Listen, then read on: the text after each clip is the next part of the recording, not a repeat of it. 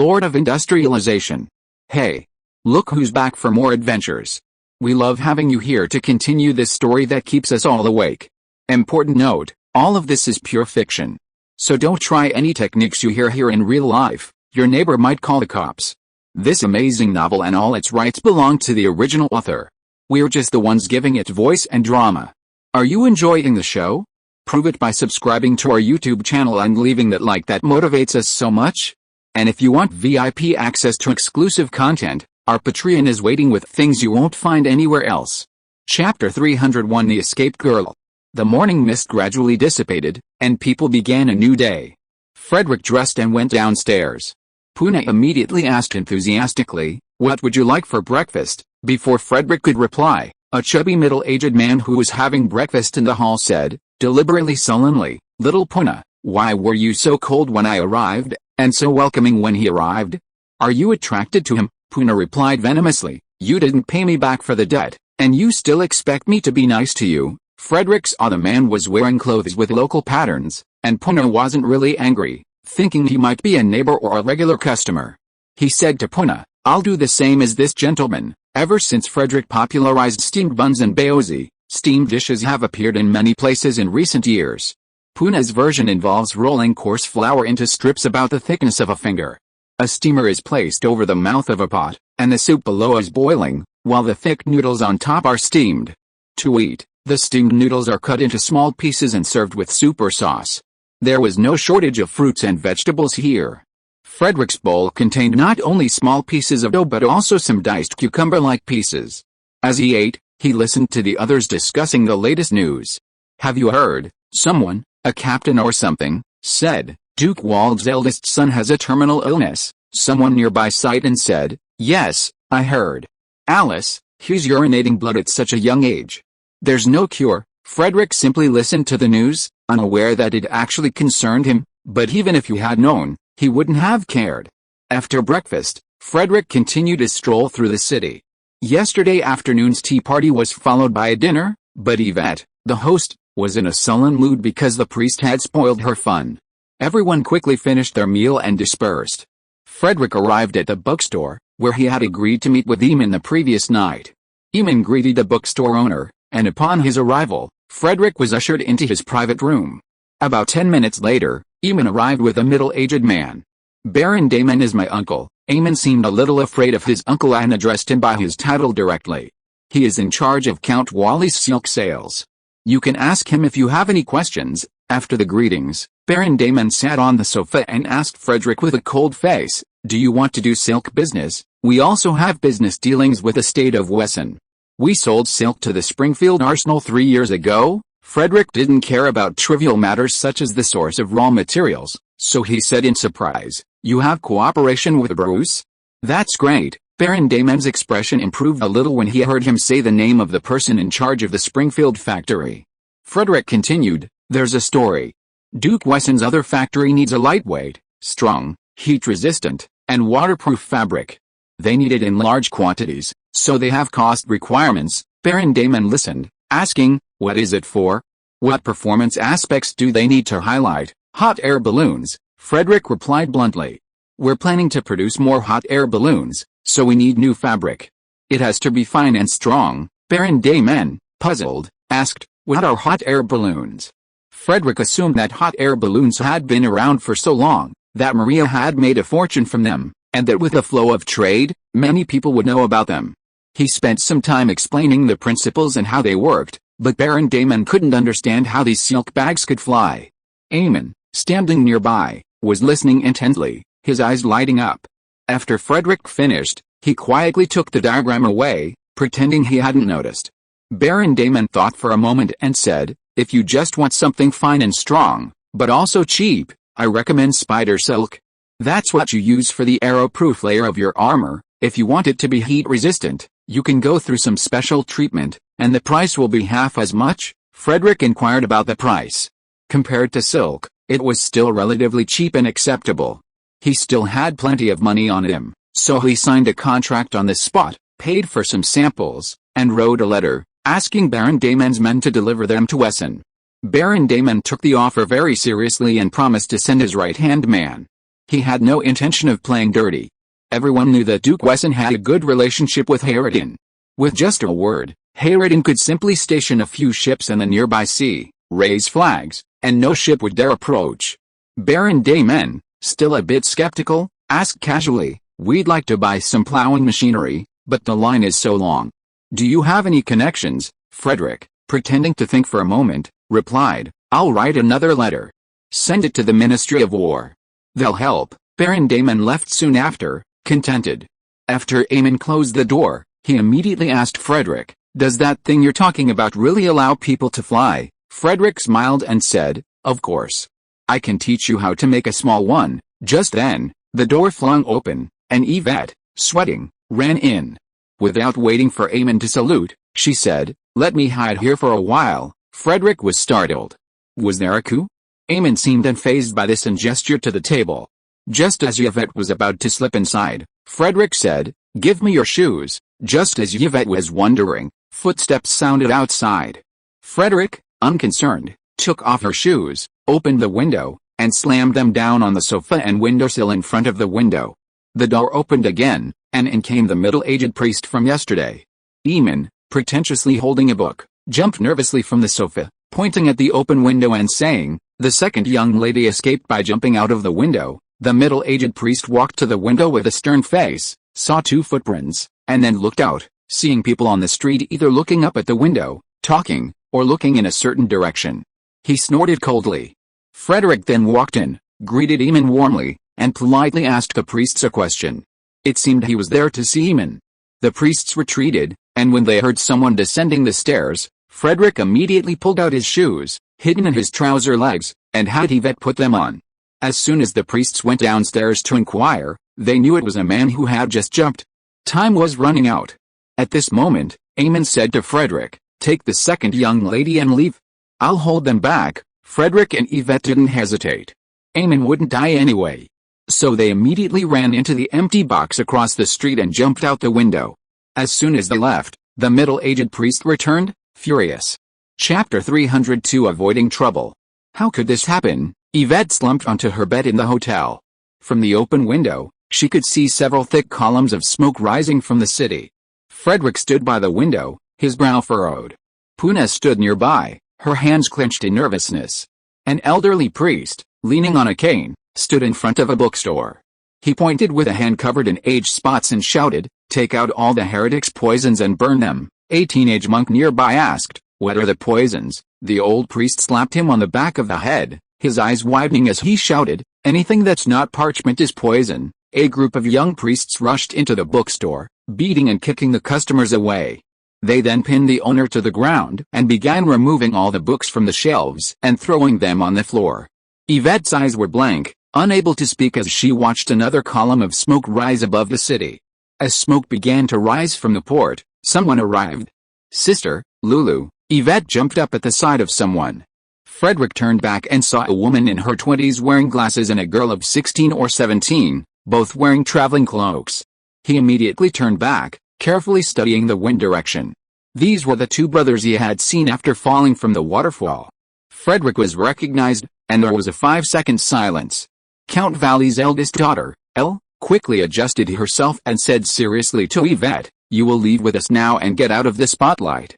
The luggage and boat are ready, and we will leave immediately." Yvette asked nervously, "What happened?" Elle didn't answer, but said, "We'll talk on the way." Then she walked up behind Frederick, snorted slightly, and whispered, "Duke Wesson, my father, Count Valley, invites you to join us on vacation on Cyclops Island." With that, she pressed a scroll of parchment into Frederick's hands. Frederick read over Count Valley's letter, feeling somewhat surprised that today's events could become the trigger for a massive explosion. Fearing he might become a major factor, and concerned for his daughter's safety, Count Valley sent them all away. "All right," Frederick nodded. "I'll go with you." Elle gave Puna a few words, then led her sisters and Frederick out a back door of the inn, where a nondescript carriage had already been parked. The carriage was hushed, and the journey was silent. Once they reached the dock, they boarded a standard passenger and cargo ship. Only when land was out of sight did Elle recount the events in the cabin. In short, Yvette had recently taken a liking to foreign literature, much to the displeasure of her teacher, the middle-aged priest. Yvette's successful escape today had ignited his wrath, and he ordered all foreign books in the bookstore to be burned. "How could this happen?" Yvette exclaimed. "I need to go back and apologize to the teacher." "It's no use," X2 Frederick and Elle said in unison.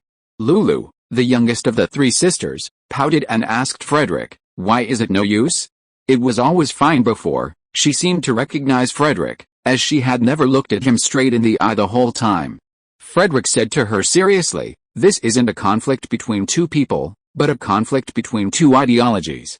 If it doesn't explode today, it will explode in the near future," Lulu said with some dissatisfaction. "Huh? Just like those old men, with their long speeches, at this time." Elle said to her younger sister seriously, "Lulu, he's right." Lulu pouted and fell silent. Elle turned to Frederick. "What are your thoughts on today's events?" As Lulu whispered, "Why are you asking him?" Frederick replied, "I believe that to resolve political issues, we must first address the economics. That's how we get to the root of the problem." Elle, the eldest daughter, was being groomed as the family heir. Her expression suddenly grew more serious, as if she had grasped a glimmer of inspiration that had previously been vaguely felt but elusive. Yvette remained mired in tension and self-blame, listening intently. As for Lulu, the youngest, she seemed completely indifferent to all matters political. Elle was about to ask more when the captain frantically knocked on the cabin door. The southern coast of the inland sea is home to many undeveloped estuaries, bays, and forests that provide shelter for ships, making it a haven for pirates. The most prominent pirate in these waters is heir. As long as you pay an annual protection fee and fly a flag, you won't be robbed. Smaller pirate gangs, however, were less ostentatious. Sometimes they engaged in legitimate transport operations, taking advantage of the opportunity. Now, a large ship had set its sights on Count Valley's small, medium-sized vessel and was approaching with ill intent. The three daughters of the Valley family rushed out of the cabin, and Frederick followed to investigate. Borrowing a telescope, Frederick could see men standing alongside, armed with swords, and some loading javelins onto crossbows. Hayridon had explained the pirates' methods of warfare. When an enemy ship approached, the javelins, armed with ropes and barbed hooks, would pierce the opposing ship's sails, allowing lighter individuals to slip along the ropes. He glanced at the deck again. Elle was setting up some kind of magical amplification formation, with Yvette standing in the center. Frederick studied with fascination a golden butterfly Elle was controlling. As it fluttered across the deck, its wings cast a shower of golden light, and soon a magical formation took shape. Yvette stood in the center, waiting for the captain to determine the enemy's intentions. When the enemy flag signaled, "Leave the women behind," Yvette began to cast a spell. The golden magic circle on the deck ignited, and the abundant water elements rapidly converged. Within the golden magic circle, these water elements rapidly transformed into earth elements. Yvette directed them to condense into watermelon-sized earth balls high in the sky. The pirate ship instantly panicked and began to turn and flee. But Yvette gave them no chance. Dozens of earth balls flew at high speed towards the pirate ship 100 meters away. Due to the enemy's turn, some of them narrowly missed the stern. This was enough. The stern of the pirate ship quickly began to sink, and the pirates on board jumped overboard, grabbing any floating objects. This place was not far from the southern continent, and with the north wind blowing, even if it drifted, it would be easy to reach shore, if there were no sharks or anything like that. Count Valley's captain had several chickens fetched from the kitchen, slit their throats over the side of the ship, and threw them into the sea, then fled with full sail. Chapter 303 Buying Fossils. There were no swimsuits in the world. Duke Wesson said, "We need swimsuits," and so they were invented. Frederick, watching through his telescope from the boat, felt a sense of relief as he watched young people in swimsuits swimming on the distant beach, despite the temperature being in the low 20s. While today's unisex swimsuits consisted of nothing more than form-fitting crop pants and mid-sleeve t-shirts, they were incredibly figure-flattering, contradicting traditional conservative values and even angering some elderly people. Frederick had no idea that the swimsuits that emerged from the opening of swimming pools and training courses, inspired by several drowning deaths in Wesson, would become a symbol of young people challenging tradition. However, the prevailing climate remained conservative. Whether on the beaches of Cyclops Island or in Wesson's swimming pools, men and women were separated, and mixing was reserved for bathhouses. The boat came to a steady stop at the dock on Cyclops Island. Cyclops Island, covering over 300 square kilometers, stretches like a gourd from east to west. Aside from a few hills in the center of the eastern island, the terrain is flat. Its beaches are wide, and northerners admire its sunshine, while southerners find it cool. It's a renowned resort destination in the Inland Sea. Visitors are both wealthy and aristocratic, including members of the Church of Light in the north, the Church of Flame in the south, and even a few from the Western Church of the Earth. This unique cultural environment has fostered a unique artistic atmosphere and eclectic traditions. For example, the cuttlefish and Wessenland buns that Frederick presented himself to are unlike anything else. The palm-sized cuttlefish are caught from the nearby sea, pan-fried, and served with vegetables and bread. While delicious, they're not as good as the shrimp Wessenland buns. The three sisters of Count Valley's family came here for refuge, but nominally for vacation, staying in a rented beachfront villa. Frederick, aware of his reputation, said goodbye to them as soon as he disembarked and found a hotel. The next morning, he planned to eat at a nearby bun shop first, and then buy a new set of clothes that were popular in the area. The clothes he had brought with him looked a bit out of place here. The owner of the bun shop, old Zach, had been a sailor for most of his life and had been to Wessenland many times with the fleet. Last year, feeling tired of working on the ship, he returned and married a widow. The couple opened this shop selling Wessenland buns and steamed bread. The shop wasn't big. Old Zach had set up a shed on the side of the road and placed a few tables and chairs. The diners were mostly people who worked in the surrounding shops. In the morning, the clerks would sell a multi-grain steamed bread and eat it while walking. Only those who didn't have to go out so early, such as the store manager or the accountant, would sit at the table and order Wessenland buns and tea to eat slowly. Frederick ordered a few seafood Wessenland buns and started chatting with old Zach. "Brother, I have some news," old Zach said mysteriously. "I heard from my wife's brother-in-law that Cyclops bones were unearthed in their village a few days ago. The news hasn't spread yet, but I can help you contact them if you want to buy them. Cyclops bones are often unearthed on this island. The bones reveal their massive builds, sturdy limbs, broad faces, and fangs, leading many wealthy and powerful individuals to purchase them for their collections. In the Rhine Confederation, it's said that the royal family purchased a perfectly good Cyclops skeleton many years ago, but never showed it to anyone." Frederick raised an eyebrow and asked, "How's the condition?" "How much is it?" Old Zach replied, "I have some influence in the village. A Cyclops that size should sell for 50 gold coins. If you can get me a receipt for the tractor, I'll take 30 gold coins." Frederick smiled, calculated how much money he had, and said, "No problem, it's a piece of cake." Old Zach immediately returned to the shop to speak with his wife and headed to the village to discuss the matter in person. Frederick continued to sit at a table by the roadside, leisurely eating buns and drinking tea. "I can't believe a great duke would eat on the roadside like a commoner." Elle appeared, alone. She wore a light green gown with a bright yellow ribbon tied around her waist and a white scarf, looking no different from any other tourist from the south. Seeing her, Frederick simply smiled and asked, "Are you free to go shopping today?" Elle glanced at the tables and chairs at the stalls but didn't sit down, standing aside. "I've come to see you, sir," she said. "I'd like to ask you about something you said yesterday on the ship." Frederick thought about what he had said that had puzzled her. It must have been the connection between social issues and the economy he'd mentioned before the pirates arrived. He replied, "No problem, but I'm busy today." "Maybe another day," Elle politely said. "In that case, I won't bother you." Frederick then bought some new blacksmith pants and a blue, long-sleeved, embroidered shirt and wandered around the city.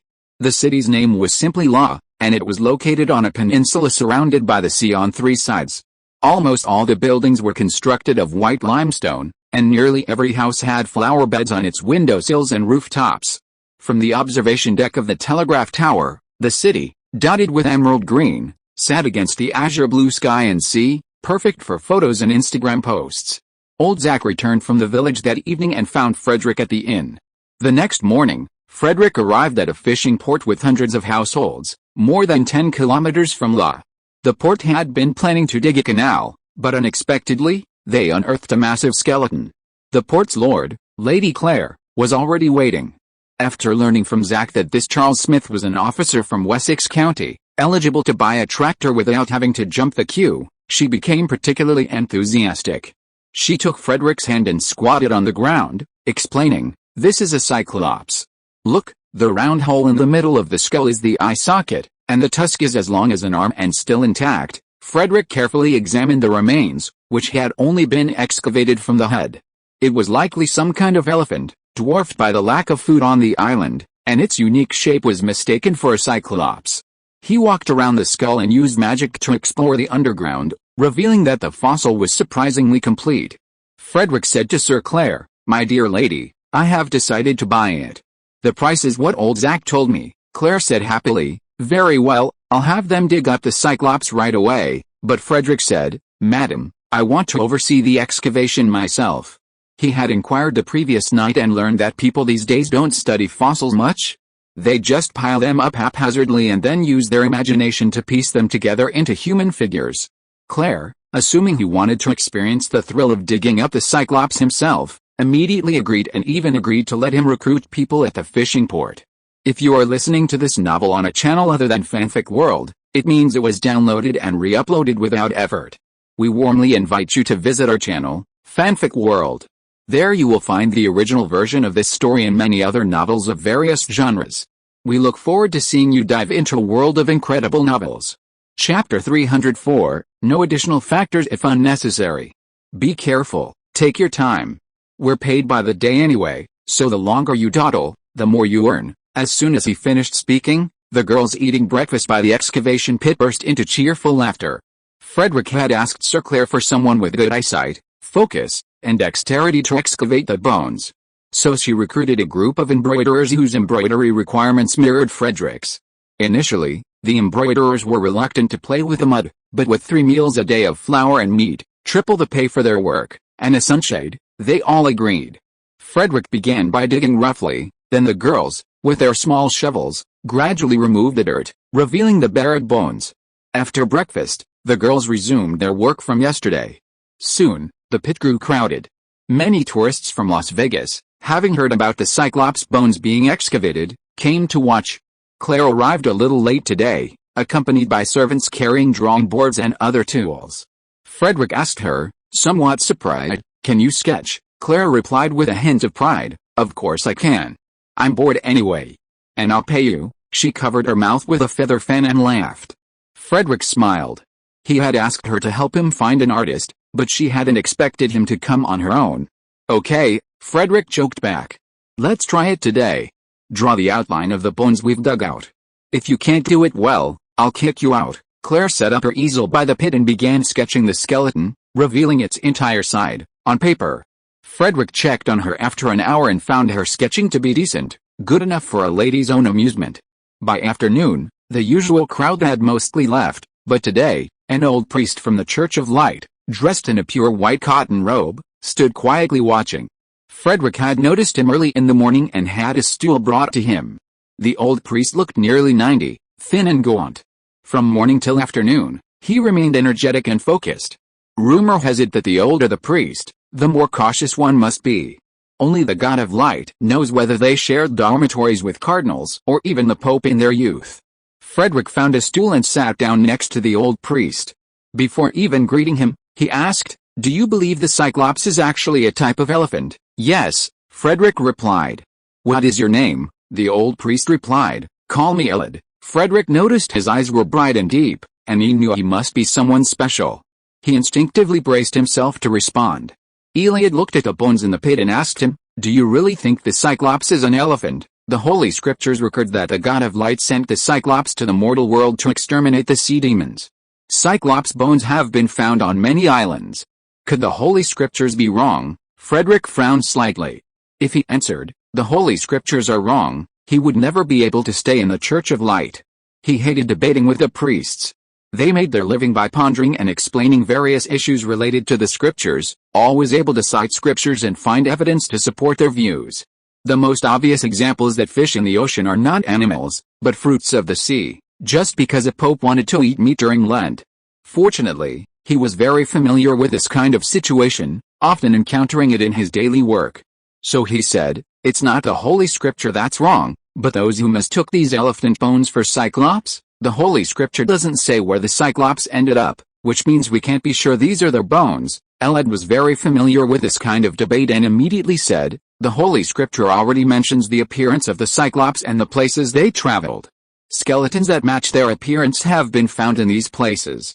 Isn't that enough? Frederick shook his head slightly, looked at the skeletons in front of him and said calmly, when studying a thing, don't add extra factors unless necessary. To figure out whose bones these are, you can first compare them with the bones of other animals, analyze the differences, and determine who they are similar to, or even the same as. Elad narrowed his eyes slightly and asked calmly, seemingly calmly, then can't the record in the Holy Scripture serve as evidence? Frederick replied, if we made a mistake from the beginning, mistaking an ordinary elephant for a cyclops sent by the god of light, wouldn't that be blasphemy? Eliad asked again, how do you prove you're right? Frederick replied, find bones from other elephants and compare them with the bones we've dug up now, and then compare them with bones we've dug up before. He spoke with confidence. Elephants were only found along the southern coast of the inland sea. In the forests, there were saber-toothed elephants nearly 3 meters tall, and in the more distant southern continents, even larger elephants, 4 or 5 meters tall, were found. Many nobles along the inland sea hung a stuffed elephant head in their homes as decoration, and some even kept it as a pet.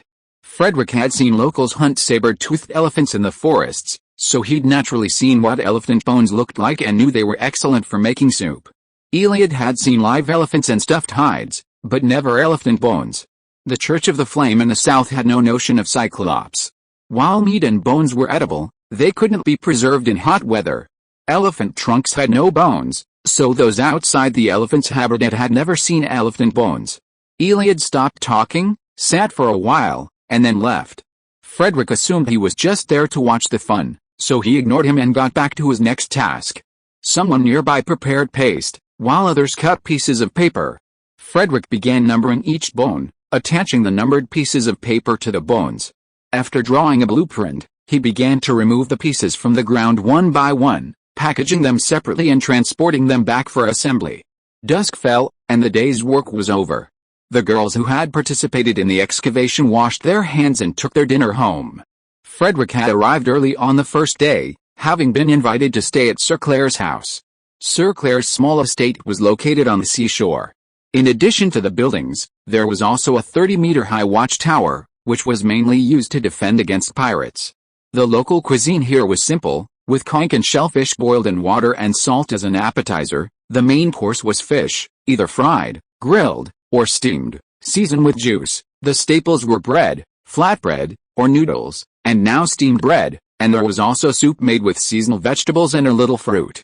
Claire was silent during the meal, chatting with the guests afterward. Miss Valley is here today too, she teased Frederick. Aren't you going to talk to her? Frederick smiled and said, she just wants to ask me some questions, but I don't have time recently. We agreed to talk to her after digging up the bones. Claire asked him curiously, what's the question? Can you tell me? Frederick said nonchalantly, it's about managing the territory. Claire had no interest in politics and quickly changed the subject. Not long after, a letter came into Frederick's hands. It was written by the mayor of Law City. After reading the letter, Frederick said, the mayor is quite interesting. Yes, Claire said with a smile. Such a stingy person would actually buy an elephant with his own money. Frederick smiled and said, in that case, then I agree. Chapter 305, Make Glory Purer. The vast majority of visitors to the Cyclops Island are wealthy, leisurely types, eager to find entertainment wherever they can find it. Recently, a news story has spread from the city of La. The city's lord, Duke Gadon, plans to slaughter 4 elephants and extract their bones on the spot to test whether they are truly the same as those of the Cyclops. All the available houses and rooftops around the city's central square have been rented out. Had the city's lord not suddenly remembered, Frederick would have nearly moved far away. In the square, carpenters busily erected a scaffolding, while Frederick directed a group of men to mount the skeletons, freshly brought in from the fishing harbor. A simple rope was placed around the perimeter, and city guards maintained order. Outside, a crowd of onlookers gathered. To keep them occupied, Frederick displayed Sir Claire's skeleton sketches, including full-body 3-dimensional views and detailed drawings of individual parts. Under the watchful eyes of the crowd, the Cyclops skeleton was gradually erected, and the elephants awaiting slaughter were kept in a nearby enclosure. The 4 elephants were a pair of saber-toothed elephants from Linhay and a pair of gray-skinned elephants from further south. They had once been pets of the nobles of the surrounding area, and now they were offered up. As the skeletons were stacked, everyone gradually realized that the two sides did bear a resemblance. That day, Yvette and her younger sister, Lulu, also arrived at the square, finally squeezing their way to the front of the women's section. Lulu began to count the bones. 1, 2, 3. Yvette asked her younger sister curiously, "What are you counting?" Lulu pointed to the legs of the skeleton and replied, "I'm counting the number of toes on its legs." "Are they the same as the ones next to it?" Yvette asked her again. "Are they the same?" "The same," Lulu said thoughtfully, "and the position of their knees, the proportions are also very close." At this time, Frederick came over. Before she even said hello, she heard Lulu pointing to the skull that was about to be hoisted and said, "But its teeth are not the same length as the others." After greeting them, Frederick said, "This is normal. Even people have big differences." Lulu was stunned. She looked down at the reason why this hateful guy called her brother. She turned her head and glanced at her second sister with a lofty mind. She gritted her teeth and said, "Come out, believe it or not, I will beat you to death." Frederick just smiled and asked them, "Why don't you see Ellie today?" Lulu pouted and said, "What do you want to see my eldest sister for? Do you want to go on a date with her?" I won't agree," Frederick said with a smile. "No, I just wanted to ask her if she'd agree to go out with you." Lulu blushed and glared at him, her teeth gnashing. Yvette, beside her, feigned a sorrowful expression, saying, "Alice, no one wants to go out with me." After some joking, Yvette asked Frederick, "When will you be done?" Frederick replied, "Soon. 2 days at most. Once the skull and ribs are attached, it'll be done." Yvette smiled and said, "Really? I'm looking forward to it." Lulu pouted, saying, "The nose is still missing." Frederick just smiled and ignored her, instead chatting with Yvette, which only made her pout even more. Next, the skull had to be hoisted onto the frame, and Frederick wanted to go watch, ending the conversation. 3 days later, the square was packed, and the surrounding rooftops were also overflowing with people. The Cyclops skeleton was assembled. Frederick, accompanied by the city lord, Duke Gaddon, and his daughter, Marima, walked around it twice, explaining the number of bones and their dimensions. Duke Gaddon remained calm, but his daughter, intrigued, peppered the square with questions. A platform was erected nearby, and after the group took their seats, Duke Gaddon waved his hand, and the square erupted in a tsunami of wails and exclamations. Duke Gaddon's men pierced the elephants' hearts with their spears, and the 4 elephants quickly fell heavily to the ground. A group of hired hunters from the south arrived, expertly skinning and fleshing the carcasses before loading them onto a wagon and driving them away. Behind the window of a building adjacent to the square, Elad sat quietly, his left hand resting on the holy book resting on his knees, his right hand rhythmically strumming a rosary made from small, drilled pebbles. Sitting behind him was an old man with a thin figure, also wearing a white robe. Frederick would be shocked if he saw him. "Victor," Elad asked, looking at the elephant being dismembered, "what do you think of what Wesson said?" Victor replied in a low voice, "What Wesson said, don't add entities unless necessary, is like a razor, removing the glory of the God of Light from many places." Elad did not get angry, but continued to ask calmly, "So, he is a devil who tried to tarnish the glory of God?" Victor's tone did not change at all, still so calm. "I think he makes the glory of the God of Light even purer." Elad did not react at all, and it was unknown whether he heard it or not. Victor continued, "Who in the holy city above the archbishop doesn't have 5 or more children? You have 6, the same as me. The wealth of the clergy has long surpassed the holy code's requirement of just enough to feed oneself and keep out the cold. The lands I control rival those of an earl. The nobles have long resented us. We went from honored guests to slaughterhouse hogs and cattle. All we needed was an opportunity. Excuses have never been a problem." He sat there in silence. Everyone knew this, but no one was willing to speak out. The paladins behind him broke into cold sweat. Elad said in a deep voice, "Victor, you've changed since you completed the path of repentance." Victor's voice suddenly rose. "When I confessed, an angel brought the oracle of the God of Light. True repentance is to atone for past sins through action." Elad remained calm.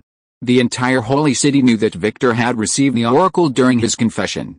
As for the attitudes of the other priests, the constant appearance of nephews and nieces revealed it.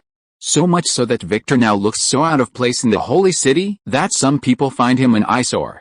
The room fell silent, no one spoke anymore, and Elad was thinking while turning the cobblestone beads.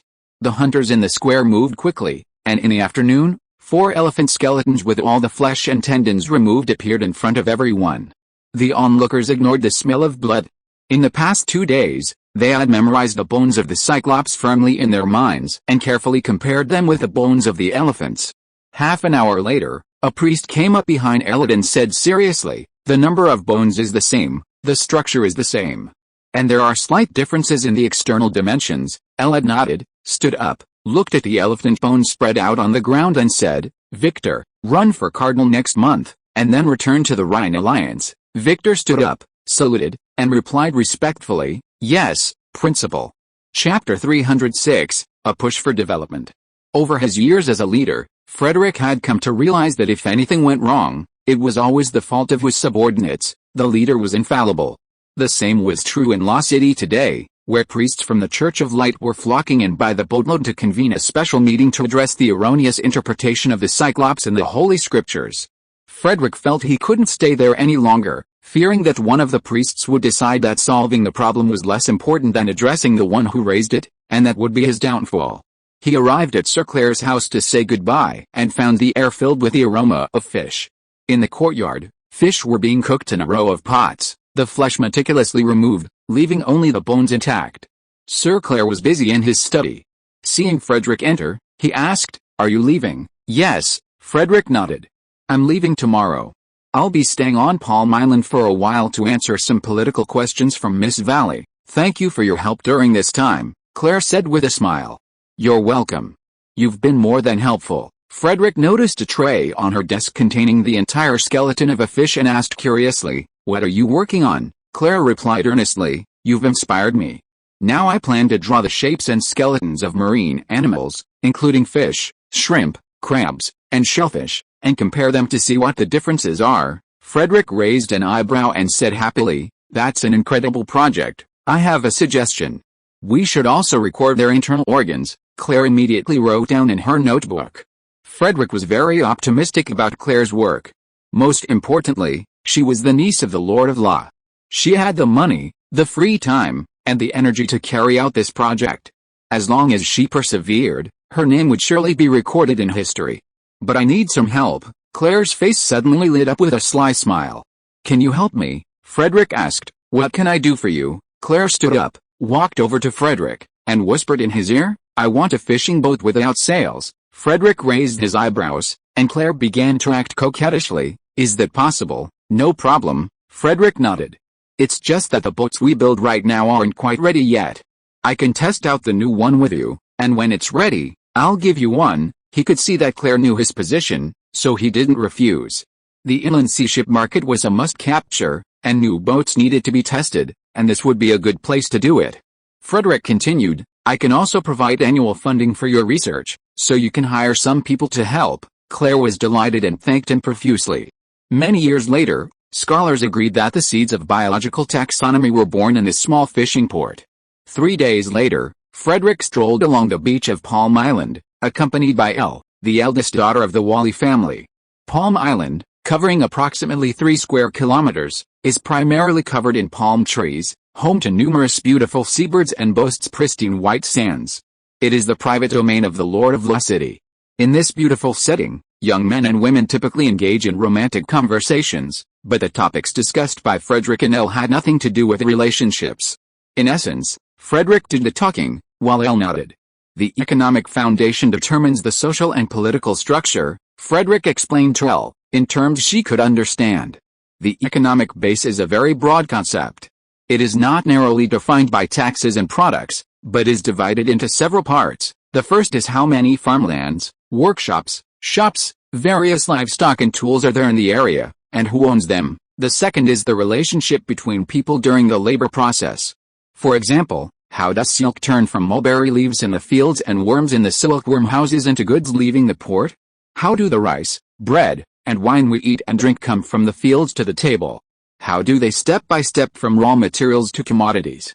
Who is involved in this process, and what are the relationships between these people? The third part is how the people who participate in the labor distribute the wealth earned from their work. You can understand this, right?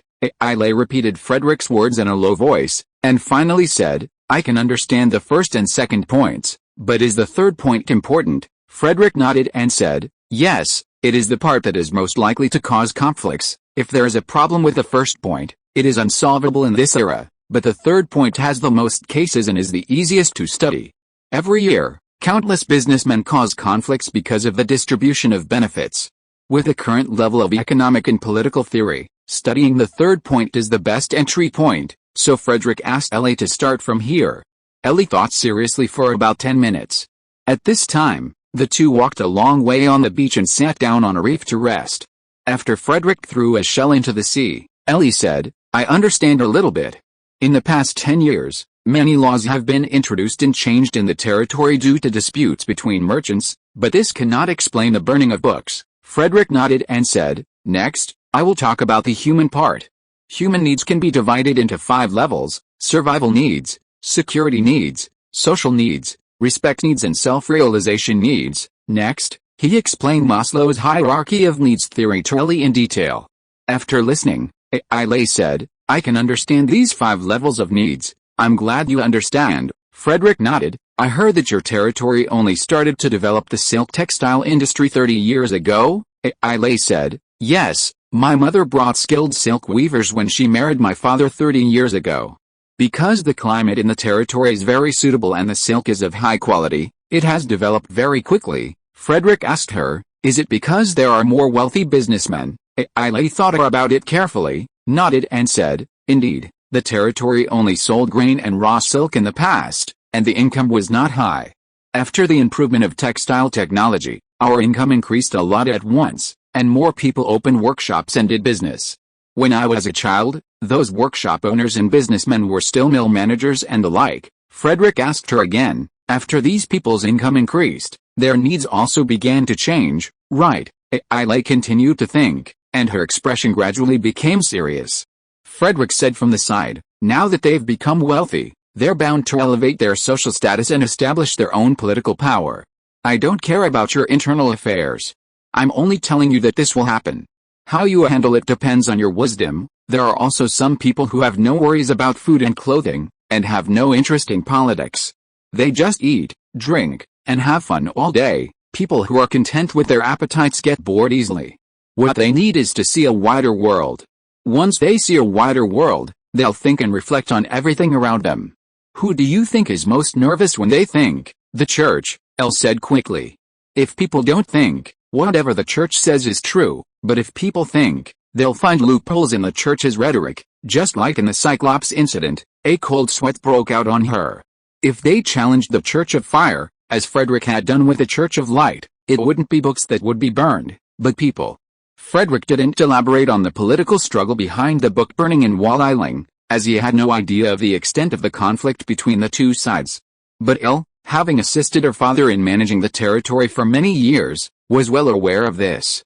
She spoke anxiously. "Over the years, a large portion of our father's support has come from merchants, while the landowners who cultivate the land have mostly sided with the church." From what you just said, I understand why. Frederick asked, "What percentage of the territory do those landowners own?" Elle hesitated, then answered the confidential question truthfully, "About 40%. Frederick thought for a moment and said, "That's not a big problem. Their resources are limited, and we can handle it." Elle thought so, but significant damage to the territory was inevitable, otherwise, her family wouldn't have allowed her and her sisters to flee. Frederick saw her concern, but he could do nothing. This wasn't a conflict between nations, but a struggle between the secular world and the church. Intervening as a pagan from the north would only backfire. The two of them sat silently by the sea for more than 2 hours, each with their own thoughts. Elle suddenly said, "Duke Wesson, I have a favor to ask of you. If anything happens to the Valley family, I hope you can take an Yvette and Lulu." After Elle finished speaking, she grabbed the hem of her skirt, bit her lips tightly, and said in a low voice, "I have nothing to repay you, if you don't mind." Frederick said calmly, "No need to do that.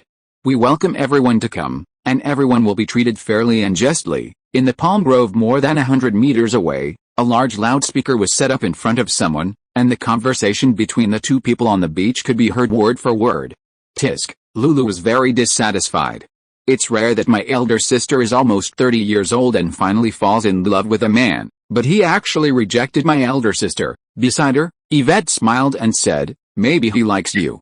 "Did he say he wanted to go on a date with you?" Lulu's face turned red all of a sudden, and she pouted and said, "That's not true. Maybe people with a lot of fat like you are the type he likes. I don't have any fat, and I don't know magic. He must hate me." At this time, Frederick's voice came from the loudspeaker. "I plan to leave tomorrow and go to the citrus island in the Kingdom of Sardinia to celebrate the New Year there." Ile said nervously. "Don't go there, it's too dangerous. The Black Claw gang controls the entire island, and they are very unfriendly to outsiders." Frederick shrugged and said, "I'm not an outsider. That is the hometown of his master's wife. How can he be considered an outsider?" Finally, he said to Elle, "Please tell Lulu that the girl I like has nothing to do with her figure. I only care about whether she is smart." Frederick left Palm Island the next day, hired a boat to Citrus Island, and was kidnapped to a black factory as soon as he got off the boat. Chapter 307 Entering the Black Factory. Located southwest of the Kingdom of Sardinia, the triangular island of Citrus Island, covering approximately 25,000 square kilometers, is renowned for its abundant production of citrus fruits, including oranges and lemons. Citrus cultivation is currently underway on the island. Numerous varieties exist, ranging from sweet juice to rich flesh, ripening at varying times, with varieties reaching maturity from September to November.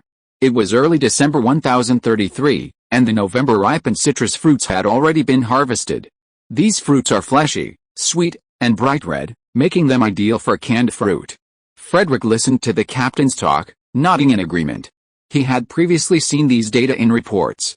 The rapid expansion of citrus orchards in recent years was primarily due to the emergence of canning factories, beverage plants, and juice powder factories, the widespread availability of high-efficiency fertilizers, and the smooth flow of water transportation to the north, which created a vast new market for the product. Problems like bleeding gums, swollen gums, and gingivitis weren't limited to sailors who sailed extensively. Even nobles in the cold northern region suffered from vitamin deficiency during the winter. Canned fruit, juice, and powdered juice from the south became their lifesaver. Citrus fruits bear fruit in 3 years, reaching peak production in the 5th. This year coincided with the first round of expanded citrus orchards, resulting in a bountiful harvest and the start of production lines imported from Wessenland. The captain suggested to Frederick that if the canned fruit and powdered juice were shipped to the southern continent and then transported across the forest sea to the arid regions further south, they could fetch a good price. The ship quickly docked at a small port. The captain explained that it was a private port owned by the Chamber of Commerce, with much lower taxes than elsewhere. A dozen people disembarked with Frederick, all of whom had heard that working in the citrus orchards here was profitable and had come from the forest sea to work there. A group of people, full of hope for their future, set foot on a strange land. Like Frederick, they were warmly welcomed by the locals and enjoyed a hearty meal at a restaurant near the harbor. Then, they were drugged and knocked unconscious. When they woke up, they were all tied up like piglets, naked, and taken to a cannery in a horse-drawn cart.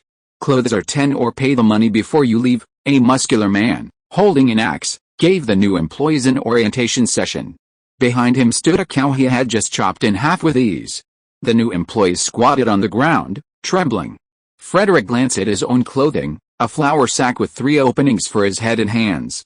The ore here was equivalent to the florin in the Rhine Confederation. Currently, 1 florin could buy 1.2 tons of wheat in the Wesson canton. This flour sack was worth 12 tons of wheat. Behind Frederick, a girl of similar age hid, trembling. She and Frederick had only met once on the boat, and neither knew his name. But she knew that if she didn't want to be beaten to death, she had to cling to defy, and this man was the strongest of them all. Frederick looked around carefully and noticed that this muscular man and the other thugs surrounding him all had octopus tattoos on the back of their left hands. They didn't look like his master's men. The muscular man looked at Frederick a few times, but since his muscles weren't as strong as his own, he ignored him. He waved his hand, and the thugs used fists and kicks to get them to their feet and then rushed them to what looked like a dormitory. It was evening, and it looked like work was over. Many numb people were walking in from outside, and just as many were leaving, probably from the night shift. These people were gathered in groups of 3 or 5, and each group had a relatively strong-looking man with a cloth band tied around his arm, who looked like a leader. The leaders with cloth bands gathered around the newcomers. A bald man said to Frederick and the others, "Here, fists are boss. Whoever I pick will follow me, and you'll obey me, from work to eating, drinking, pooping, urinating, and sleeping. If anyone makes a mistake, I'll beat them up." Frederick raised an eyebrow. This octopus gang had some management skills. Managing so many people was a hassle, but if they divided them into small groups and managed the team leaders well, they'd be fine. If a team failed to complete its daily tasks, they'd only punish the team leader, leaving the team leaders to their own devices. Just then, another group returned, their leader sporting a bruised face and nose, looking like he'd just been beaten. The bald man sneered, "See? They didn't peel enough fruit today, and Big Beard got beaten up. Just wait and see how Big Beard handles those guys. You won't be able to handle this well." Frederick narrowed his eyes slightly, suspecting the bald man was a stooge for the octopus gang. As the group entered the dormitory, the bearded man turned and slapped a woman behind him, cursing, "You're responsible for all this today. I'm going to fuck you to death." He then lifted his flour sack and began to rape the woman in public. Frederick turned to the bald man and asked, "Just because you have the guts, you're entitled, right?" The bald man replied, "If you're capable, beat him into submission. Whether it's taking the woman away or becoming the team leader, I'll give you the chance." 3 minutes later, the bald man lay on the ground, anxiously shouting, "I surrender. I surrender." He felt mortified. He was just a spectator, and yet he was being beaten too. Frederick stood there, unharmed, not even breaking a sweat. He calmly asked, "Are you all surrendered?" The other leaders lying on the ground hurriedly shouted, "Yes, I surrender too." As for the man who had been assaulted first, he had already fainted. Frederick untied the bandage from the man's hand and wrapped it around his own arm. The men with octopus tattoos standing at the door said nothing. He walked over to the bald man and asked, "Is it okay for me to find a few men?" Not just the bald man, but everyone else agreed. So Frederick gathered all the women among the workers under his command. There were 6 of them, and he wanted to protect as many as he could. Finally, Frederick kicked the bald man to get him up.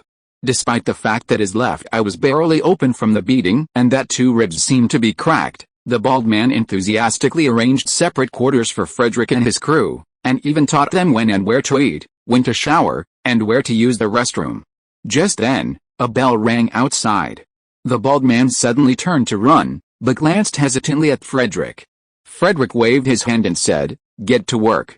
The bald man scurried off. Frederick glanced at his crew and said, "Next time you're bullied, just say my name, Charles Smith. Now, shall we eat?" With that, he led his men to the dining area. It was dinner time, and each of them received a bowl of porridge made from bean flour and oats. Chapter 308 Assassination Business. On his 5th day on the job, Frederick sat before a pile of oranges, peeling them non-stop. There were 1,000 of them, each about 5 centimeters in diameter. He'd finished peeling them for the day, and he'd considered himself done. He'd learned the day before that this cannery was owned by a small gang called the Octopus Gang. It was quite large, surrounded by a 6-meter-high wall topped with barbed wire imported from Wessenland. The entire canning machine in the factory was also imported from Wessenland, after all. The leader who had been teaching him on his first day kept recounting his experiences learning to use the machines there. Snap, a whip cracked behind Frederick, and a thug yelled, "Hurry up! Don't be lazy. If you don't finish, you won't eat." Many of the workers, like Frederick, were from other places. Some didn't understand him, but they did understand the crack of the whip. Frederick was speechless. He remembered that when he'd designed a production line for his master's wife, there was a machine for peeling fruit, a lathe-like thing. He hadn't expected to become one of the machines. He controlled the strength and peeled an orange without damaging the flesh. The peels were placed in a basket that was collected in a special place to be extracted for essential oils, while the flesh was placed on the table beside him. Sitting at that table were the girls under his command. They were responsible for breaking the flesh into pieces and then using tweezers to remove the white-orange veins and pits on the flesh. Someone would take away the clean segments. There were 6 peeling teams like them, half working the day shift and half the night shift. They had no rest from morning to night, let alone lunch. If you were hungry, you could eat a bite of the orange veins, but if you were caught, your mouth would be open to check if you had eaten the flesh. Those who stole the flesh would be beaten. Frederick had figured out the details of this place. There were more than 10 thugs, the strongest of whom was the muscular man with the axe that day. Now he began to think about how to get away. It wouldn't be difficult for him to escape on his own, but taking the kidnapped person with him would be a challenge. The port and town outside the factory were both Octopus Gang territory, and next door was the Swordfish Gang's town. Even if a group of strangers escaped, they would likely be trapped in a dangerous situation. Frederick didn't intend to reveal his identity, as he had been drugged and abducted, a disgrace. He finished his work half an hour early for the day. As Frederick and the girls packed up and waited for the end of their shift, Muscle Man arrived and took Frederick away. A horse-drawn carriage, a taxi service in Wessenland, was parked at the factory gate. The window was covered with white gauze, revealing someone inside. As Frederick was led to the carriage, Muscle Man respectfully addressed the occupant. "Mother, we've brought a man." Frederick's eyes narrowed slightly. Katie had taught him the local slang, and the person in the carriage wasn't Muscle Man's biological mother, but the leader of the octopus gang, presumably named Garcia. Garcia said, "Outsider, step to the carriage door." Frederick walked over. She sounded quite young. From inside the carriage, Garcia observed Frederick through the gauze. After a moment, she said, "Outsider, kill the person behind you," without hesitation. Frederick spun around and punched the muscular man in the chest before he could react. The punch seemed powerless, but the next moment, the muscular man collapsed to the ground, his eyes wide open. The carriage door opened, and Garcia said calmly, "Get in." Frederick boarded the carriage, equally calmly assessing the woman before him. Garcia was in her early 20s, dressed in a cyan cotton dress and a navy vest.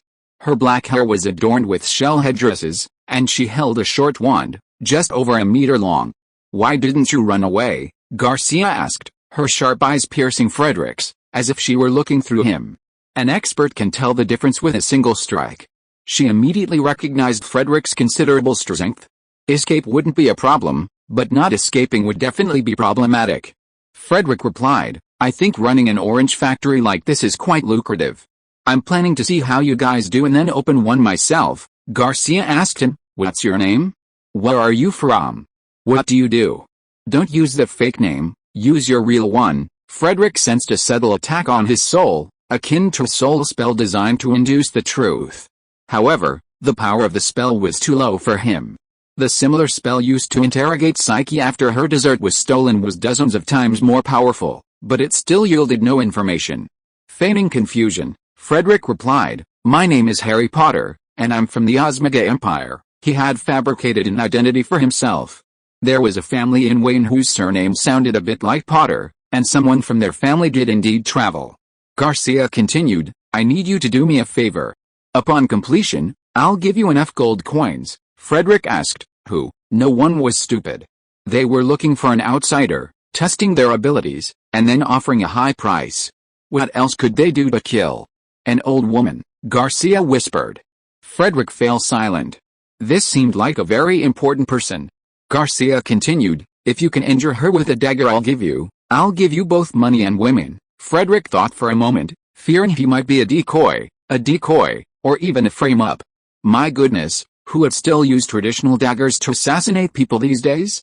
The largest assassin organization in Sardinia had already purchased revolvers in large quantities. He asked, "What if I ask you to give each of the women in my group 20 oars and let them go?" Garcia opened the car door and gestured, and the leader quickly arrived. After receiving the order, the leader quickly summoned the women and gave each a bag of gold coins on the spot. "I'll have them with you," Garcia said. "You have time to send them off." She didn't think the man before her would have any feelings for an ordinary woman she'd only known for a few days. She thought it was just a test of trust. Garcia continued, "How about this? For the next 10 days, you'll have wine, food, and beautiful women to enjoy. I'll find you any woman you desire." Frederick studied her intently for a moment and said, "What do I want from you?" Garcia was visibly stunned, but her expression quickly regained its composure. "Tomorrow night, just one night." Frederick leaned back in the carriage seat and said calmly, "Let's go." Garcia tapped the carriage floor with her wand, and the carriage began to depart. The women boarded a cargo wagon and followed, eventually arriving at a manor near the harbor. No one spoke in the carriage the entire way. That night, Frederick and the women had a good meal, got them some clothes, and the next morning, took them to the harbor. He spotted a pirate ship belonging to heir and took them aboard. Garcia sent an old man with her. Frederick knew at first sight that he was an agile magician, capable of both running and fighting, making it difficult for ordinary people to escape. After sending the women away, Frederick returned to the manor and did nothing else. Meanwhile, Garcia was in the bathroom, having her maid wash and dress her. The maid whispered, "Mother, do you really want to do this? Do you want me to take your place? Garcia said with a sullen face. This operation cannot afford any mistakes. If we miss once, there will be no chance. Mafia's ambitions are too great. She rules the West, and it's not enough for us to just call her mother. She just said a word, and outsiders called Citrus Island the island of citrus. Now all the business outside has to go through her hands, and we can only eat the leftovers. If this goes on, our family in the East will be destroyed by her sooner or later. Millie, I'll have to work hard for you in the next few days. As long as the plan is completed, I will meet your requirements. Millie bit her lip and whispered, our lives were given by our mother, and we will do whatever our mother tells us to do. Garcia sighed deeply. The struggle between families was extremely cruel. The small and medium-sized families like hers that survived in the cracks would be wiped out if they were not careful.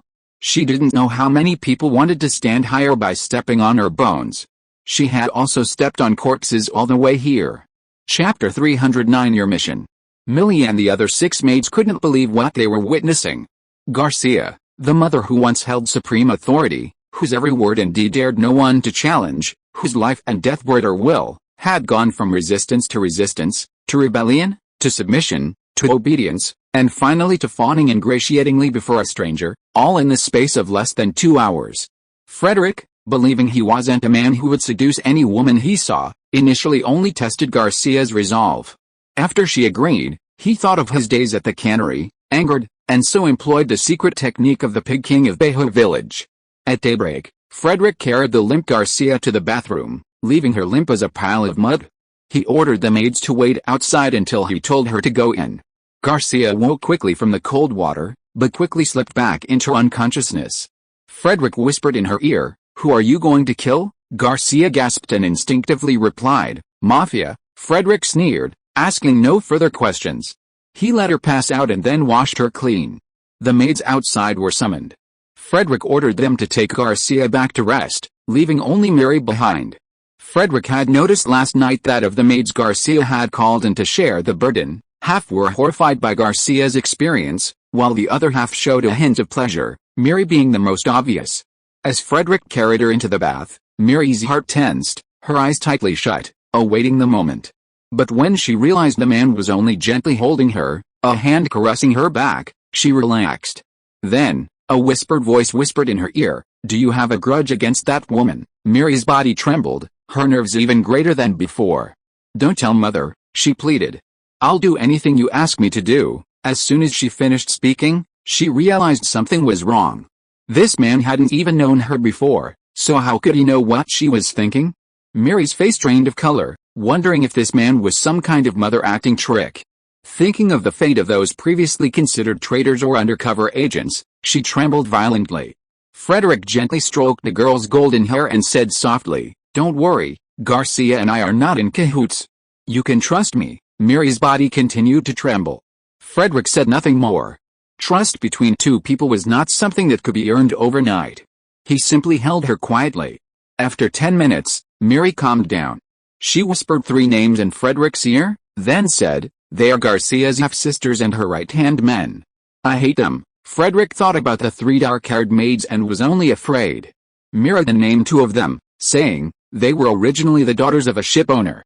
After their mother bankrupted their family, they were taken as slaves to please men." Just then, footsteps sounded outside the bathroom door. Mary bit her lip and whispered, "Don't let anyone suspect anything," so Frederick asked her to rub his back. After leaving the bathroom, Frederick ate a hearty meal and then went to sleep. The maids were free to do whatever they wanted, and they didn't mind listening to her snoring. He slept until dusk. After dinner, he looked at the maids, who were bowing their heads in front of him, and shook his head, saying, "All of you, get out.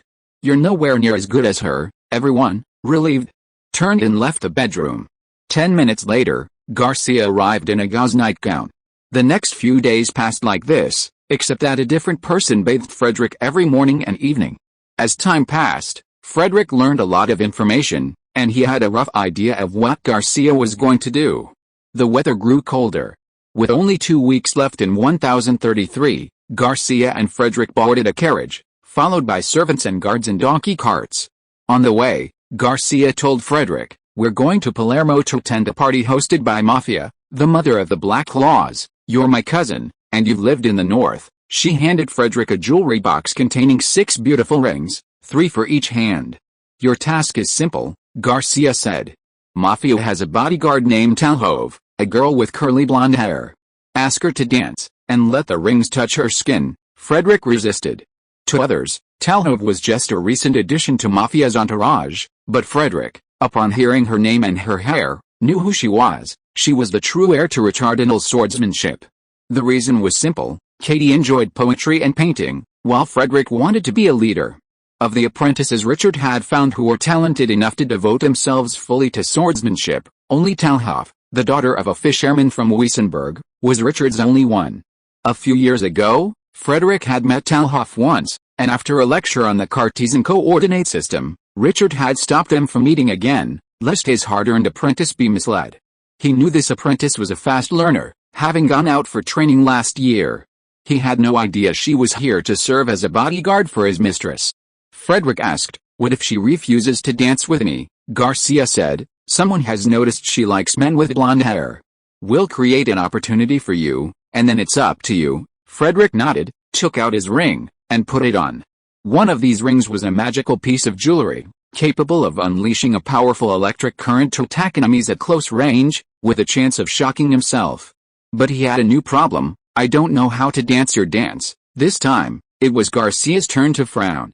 "I'll teach you tonight," she continued. "Now, I'll teach you some of our ways of speaking and our code words, so you don't miss out when people scold you." The Octopus Gang's convoy took 3 days to reach Palermo, the largest city and port on Citrus Island.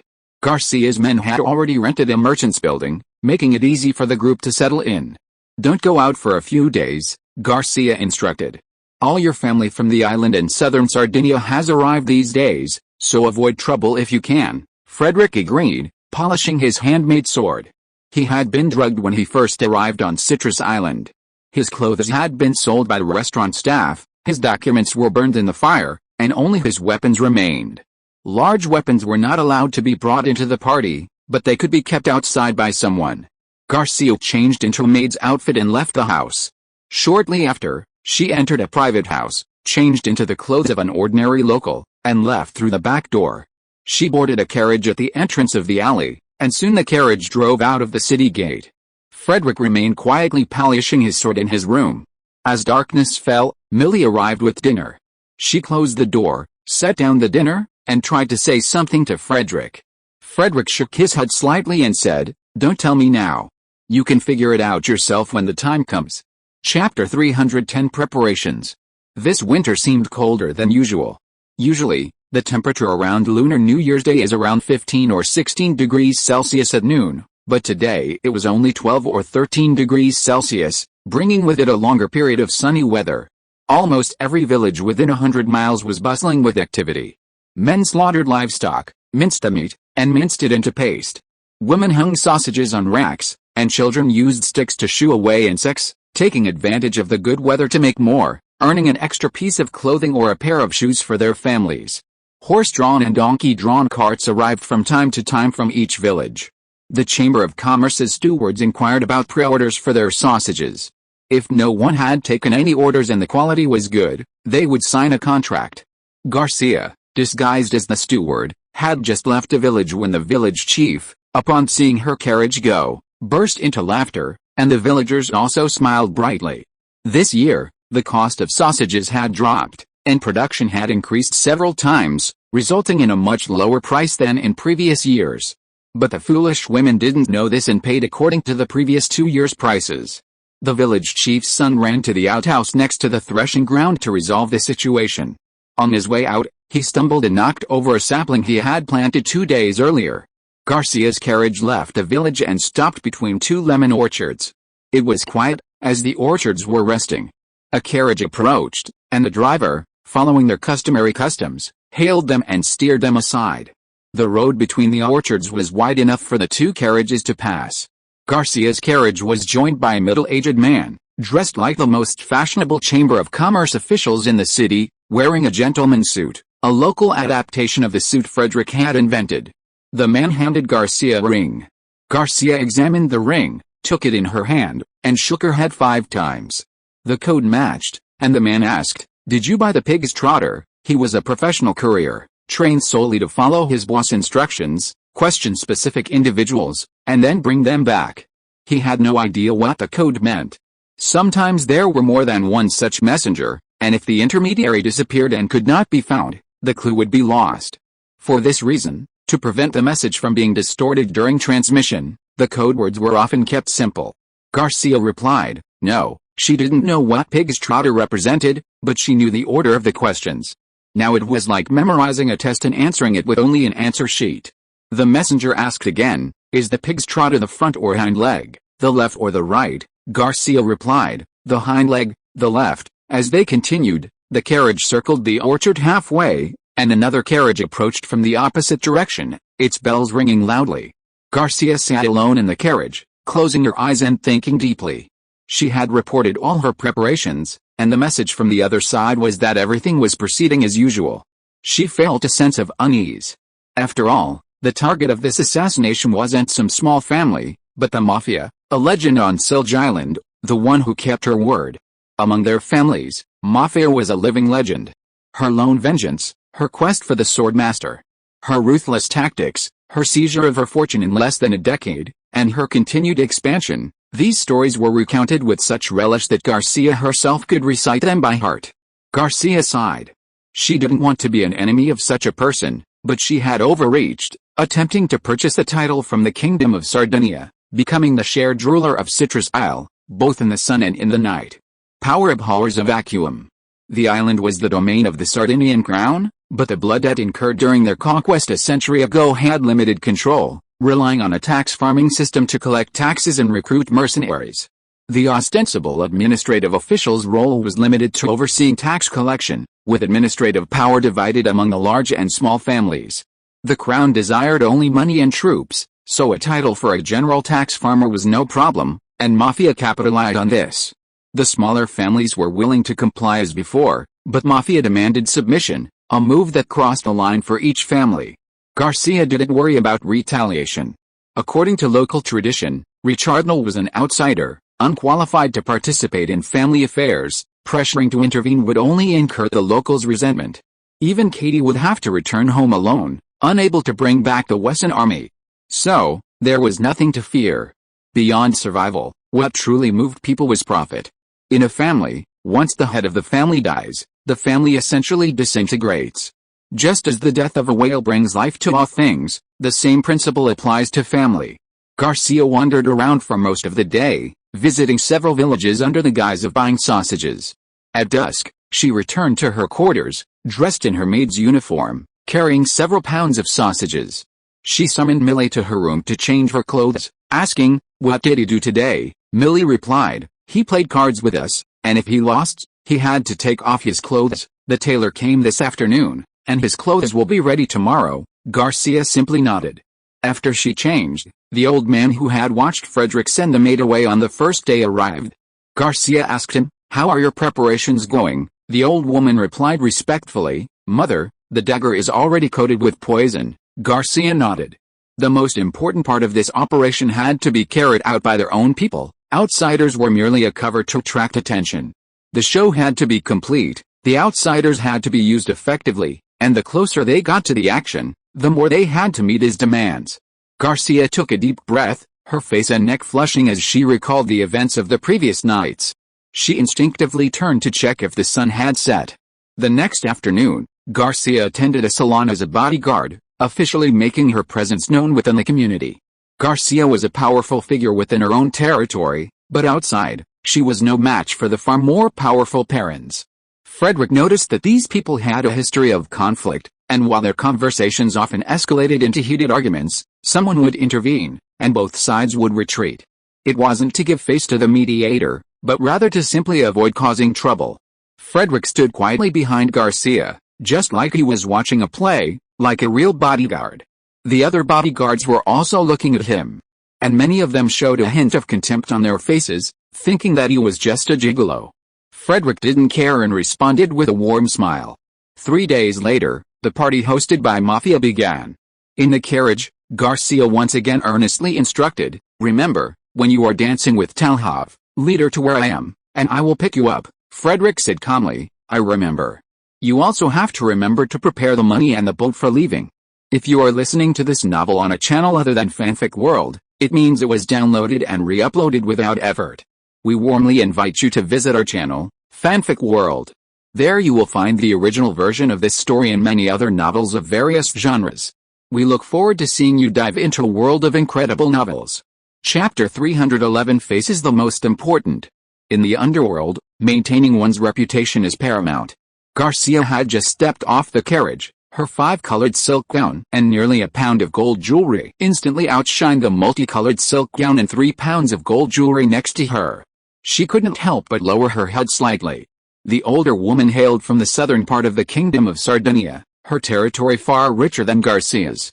Frederick paid no attention, his attention focused on his mistress's castle.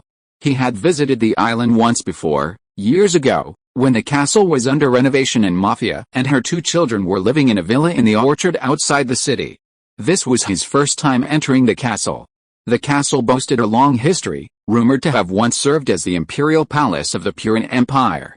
The main structure was a 4-story structure in the shape of a circular U-shaped fortress, with round towers at each corner and long corridors extending out on either side, encompassing a lawn in nearly the size of 2 football fields. Rumor had it that this vast lawn was reserved for a cardinal to practice martial arts.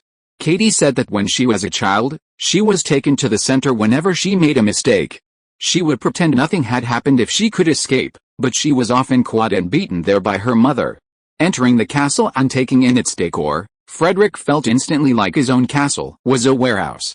Sardinia was renowned for its art, and this influence was evident here. The pillars in the entrance hall were clad in a layer of white plaster, their capitals covered in gold leaf, intertwining layers of leaves, resembling golden flower baskets perched atop. The walls between the pillars were decorated with intricate patterns of acanthus leaves and gold leaf, and large religious paintings hung on the walls. Frederick even spotted his father's painting hanging first on the right-hand side of the entrance. The ceiling of the entrance hall reached up to the sky, surmounted by a glass dome, framed by 108 angels of various shapes, their hair and wings also clad in gold leaf. Frederick glanced at the narrow doorways surrounding the hall. If the enemy broke in and blocked the entrance, who knew what would be thrown down from above? He acted like a bumpkin who had just arrived in the city, constantly glancing around. Some of the people around him shared his appearance. The corridor leading to the reception room was also covered with paintings, primarily depicting famous figures and historical events. Frederick spotted a painting depicting a master kneeling on one knee at the end of a bridge, head bowed, humbly listening to the instructions of an elderly nun in white robes. The painting, signed by Katie when she was 22, was painted.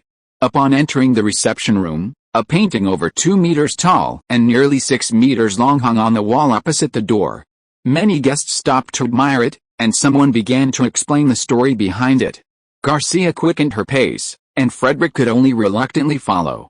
From an artistic and technical perspective, this painting, created by Psyche to earn some pocket money, was of immense value. It pioneered hyperrealism, allowing for the distinct facial features and expressions of each figure, even the flowing tails of the horses as they galloped.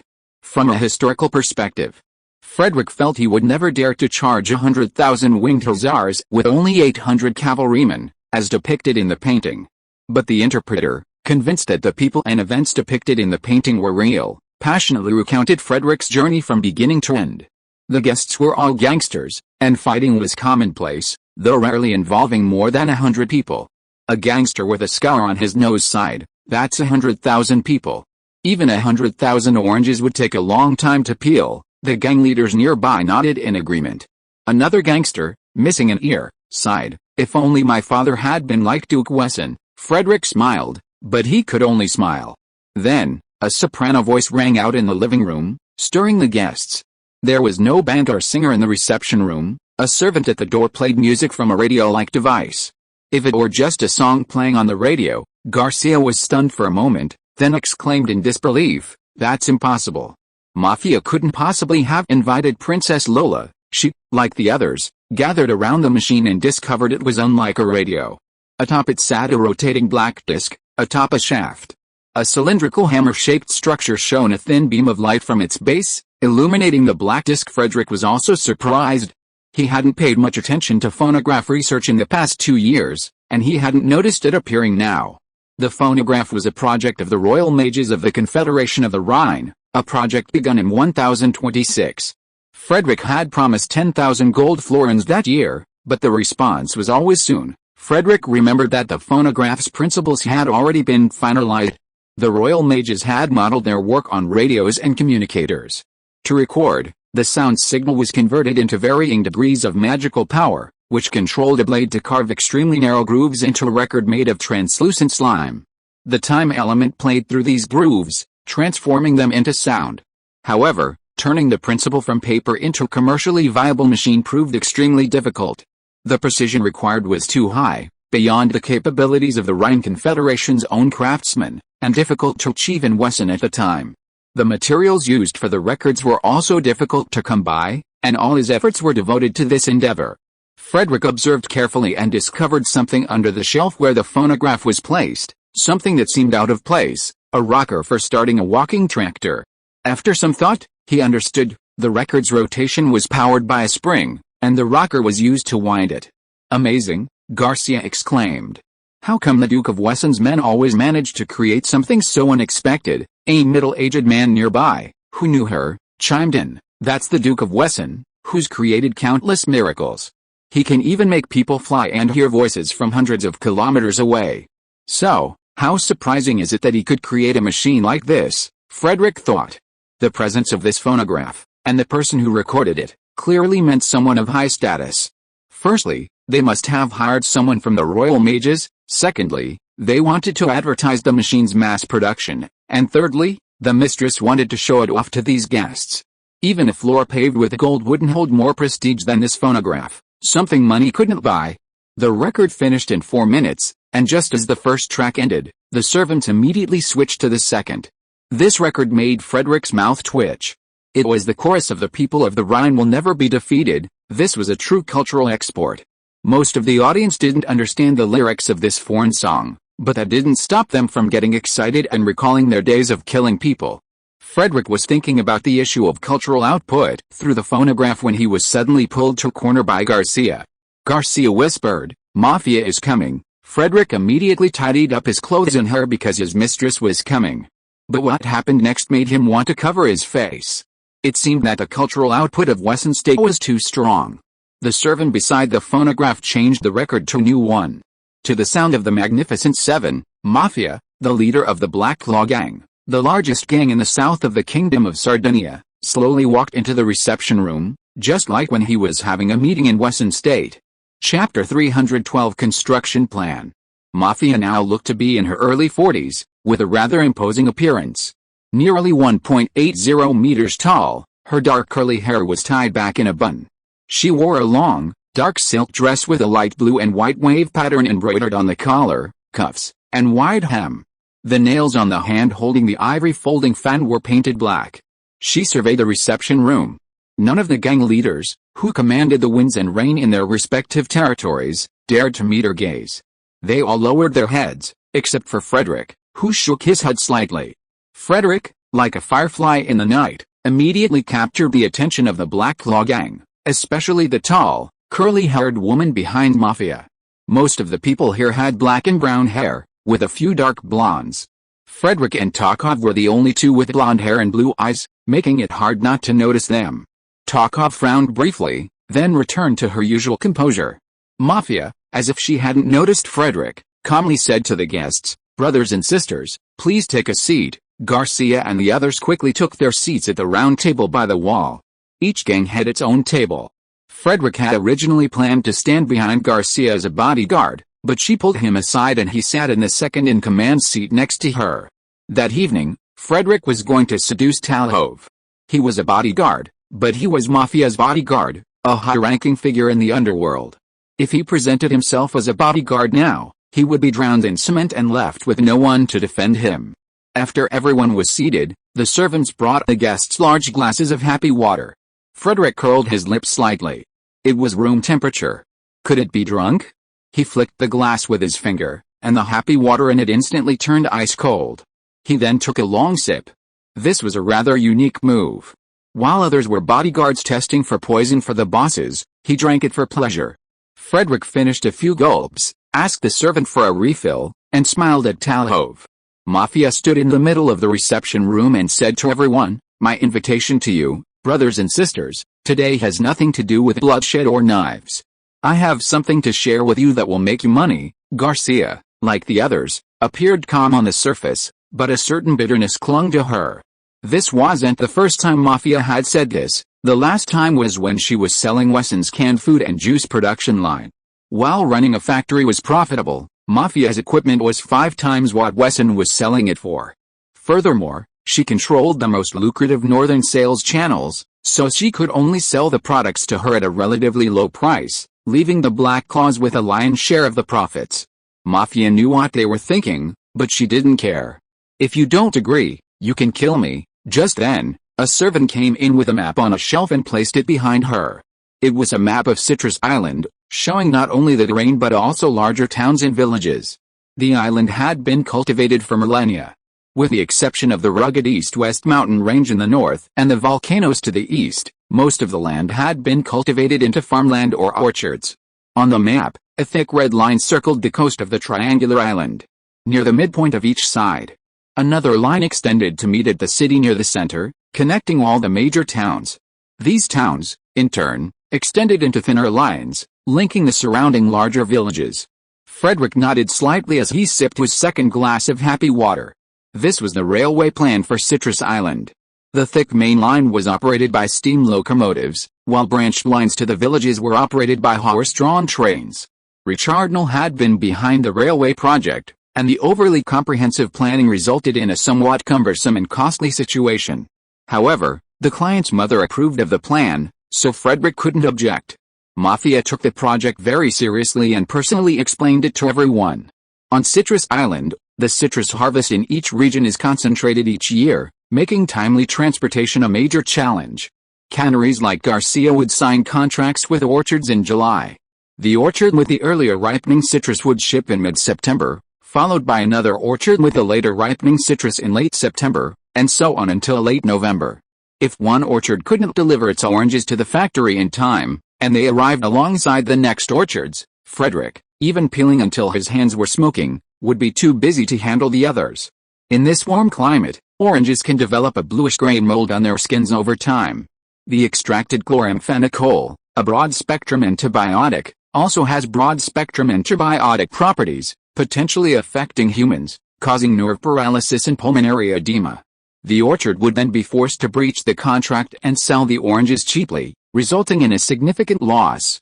But the bosses were thinking, "This also means you, old man, can quickly dispatch your men to eliminate me." The journey from Palermo to Garcia's territory used to take several days, but now it takes less than a day, no time to even grab a bucket and run. Frederick observed the bosses with interest. With the exception of a few gangs from outside the island, the local gang leaders all looked glum.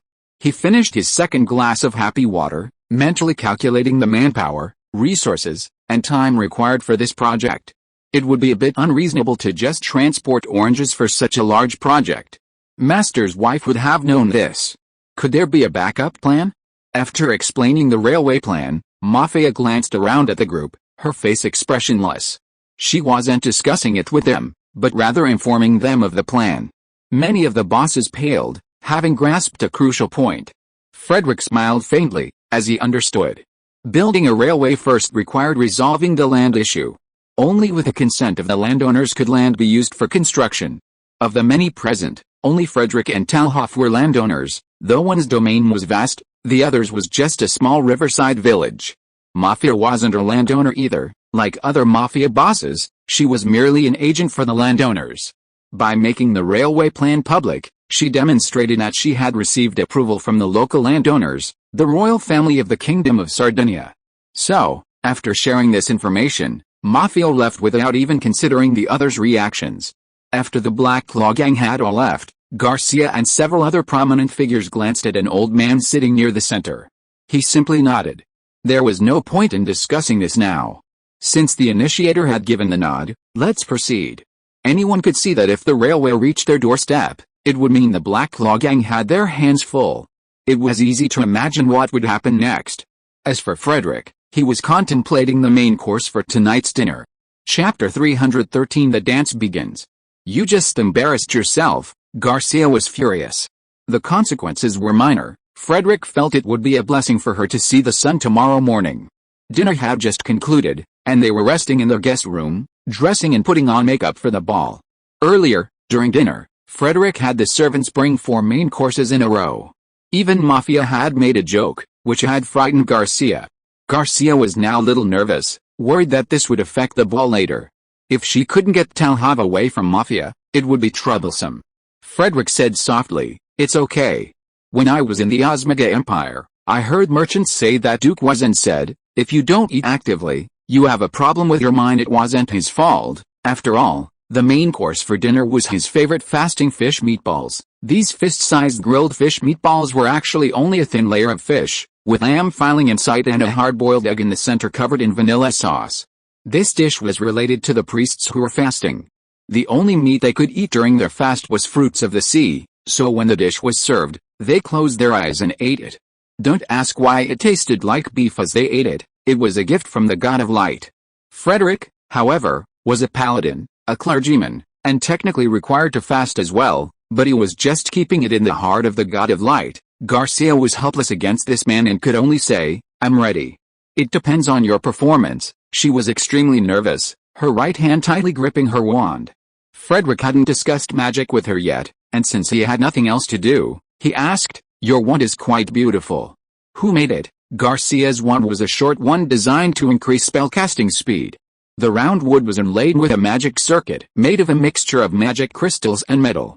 The top of the wand held an egg-sized iron ball filled with magic crystals, which could be swung to hit people. This type of wand is suitable for combat mages, capable of both long-range and close combat. Because of its portability, it's also used as a walking stick by the nobility. While it's a mid-range item for Frederick's level, it's the highest-end one Garcia could get her hands on.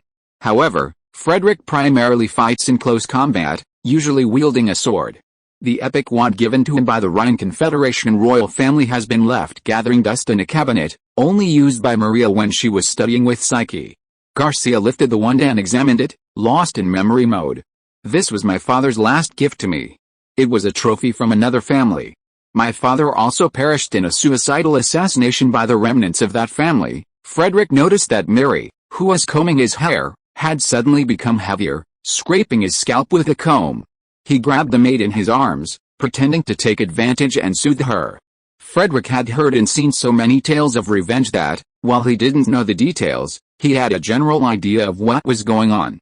Garcia said to Frederick in a grouchy tone, "Hurry up and get to the side room." Frederick let go of Millie, shook his head, and said, "Forget it. You know I can't be quick." Garcia blushed and rolled her eyes at him. It was time for the ball. Garcia led Frederick, Millie, and the old man to the lawn outside the castle. Tonight's party was held outdoors. As they left the castle, Garcia's brow furrowed slightly. The venue was enclosed by silk curtains, and a circle of guards stood around.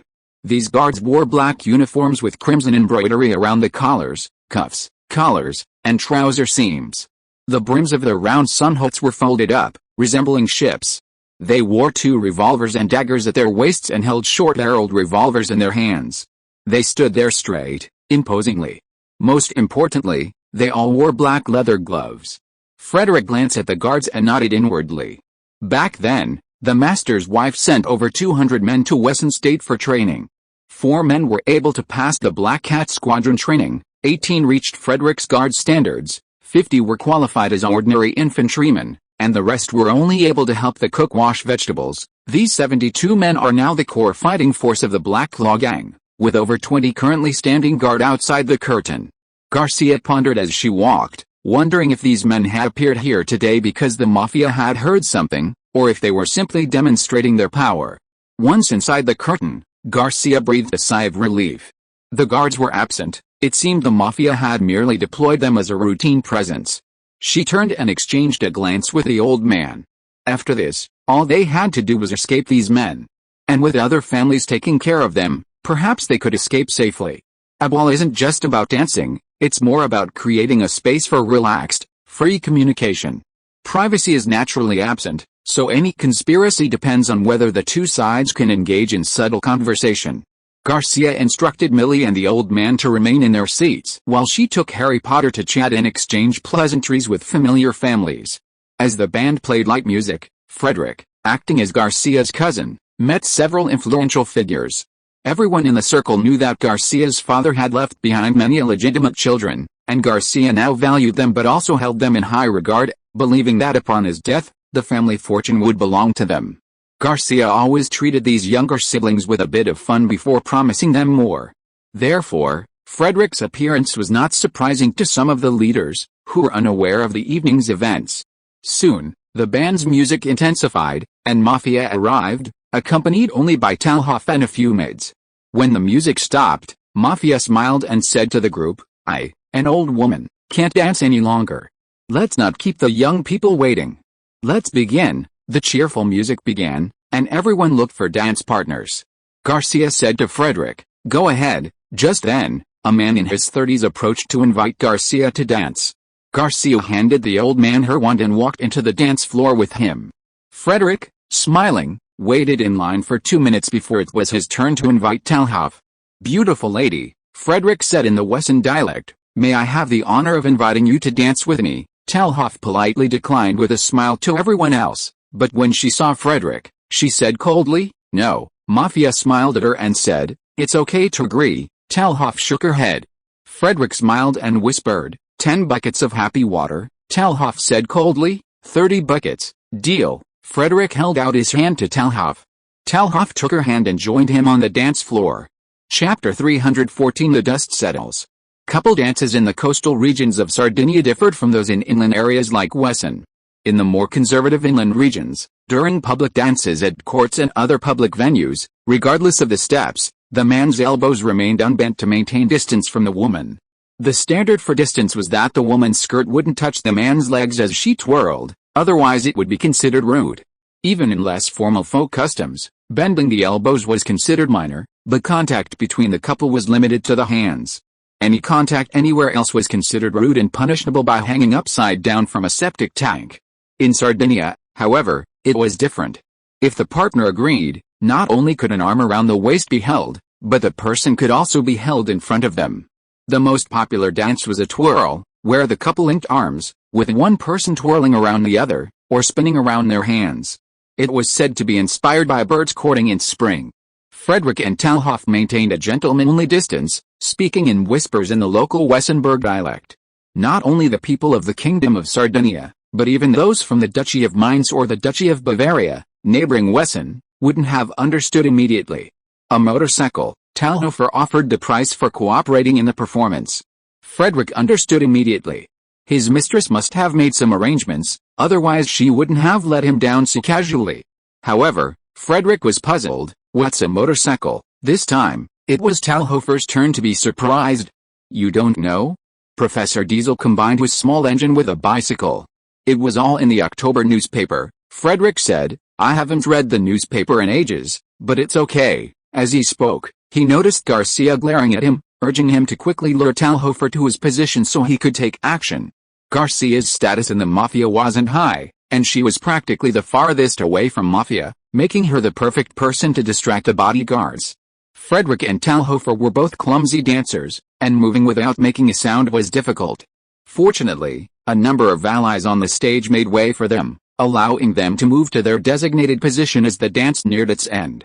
Frederick suddenly grasped Talhoff's right hand with his right hand, simultaneously reaching out with his left to grasp her left. A flash of black light emanated from his own ring. Talhoff screamed, "Ah!" and collapsed, as if in reality. This scream served as a signal for the old man Garcia had brought with her to pierce Talhoff's throat with a flash of lightning. A small dagger, seemingly unseen, pierced Garcia's wand. The dance floor erupted in a near-simultaneous roar of wind, gasps, and screams.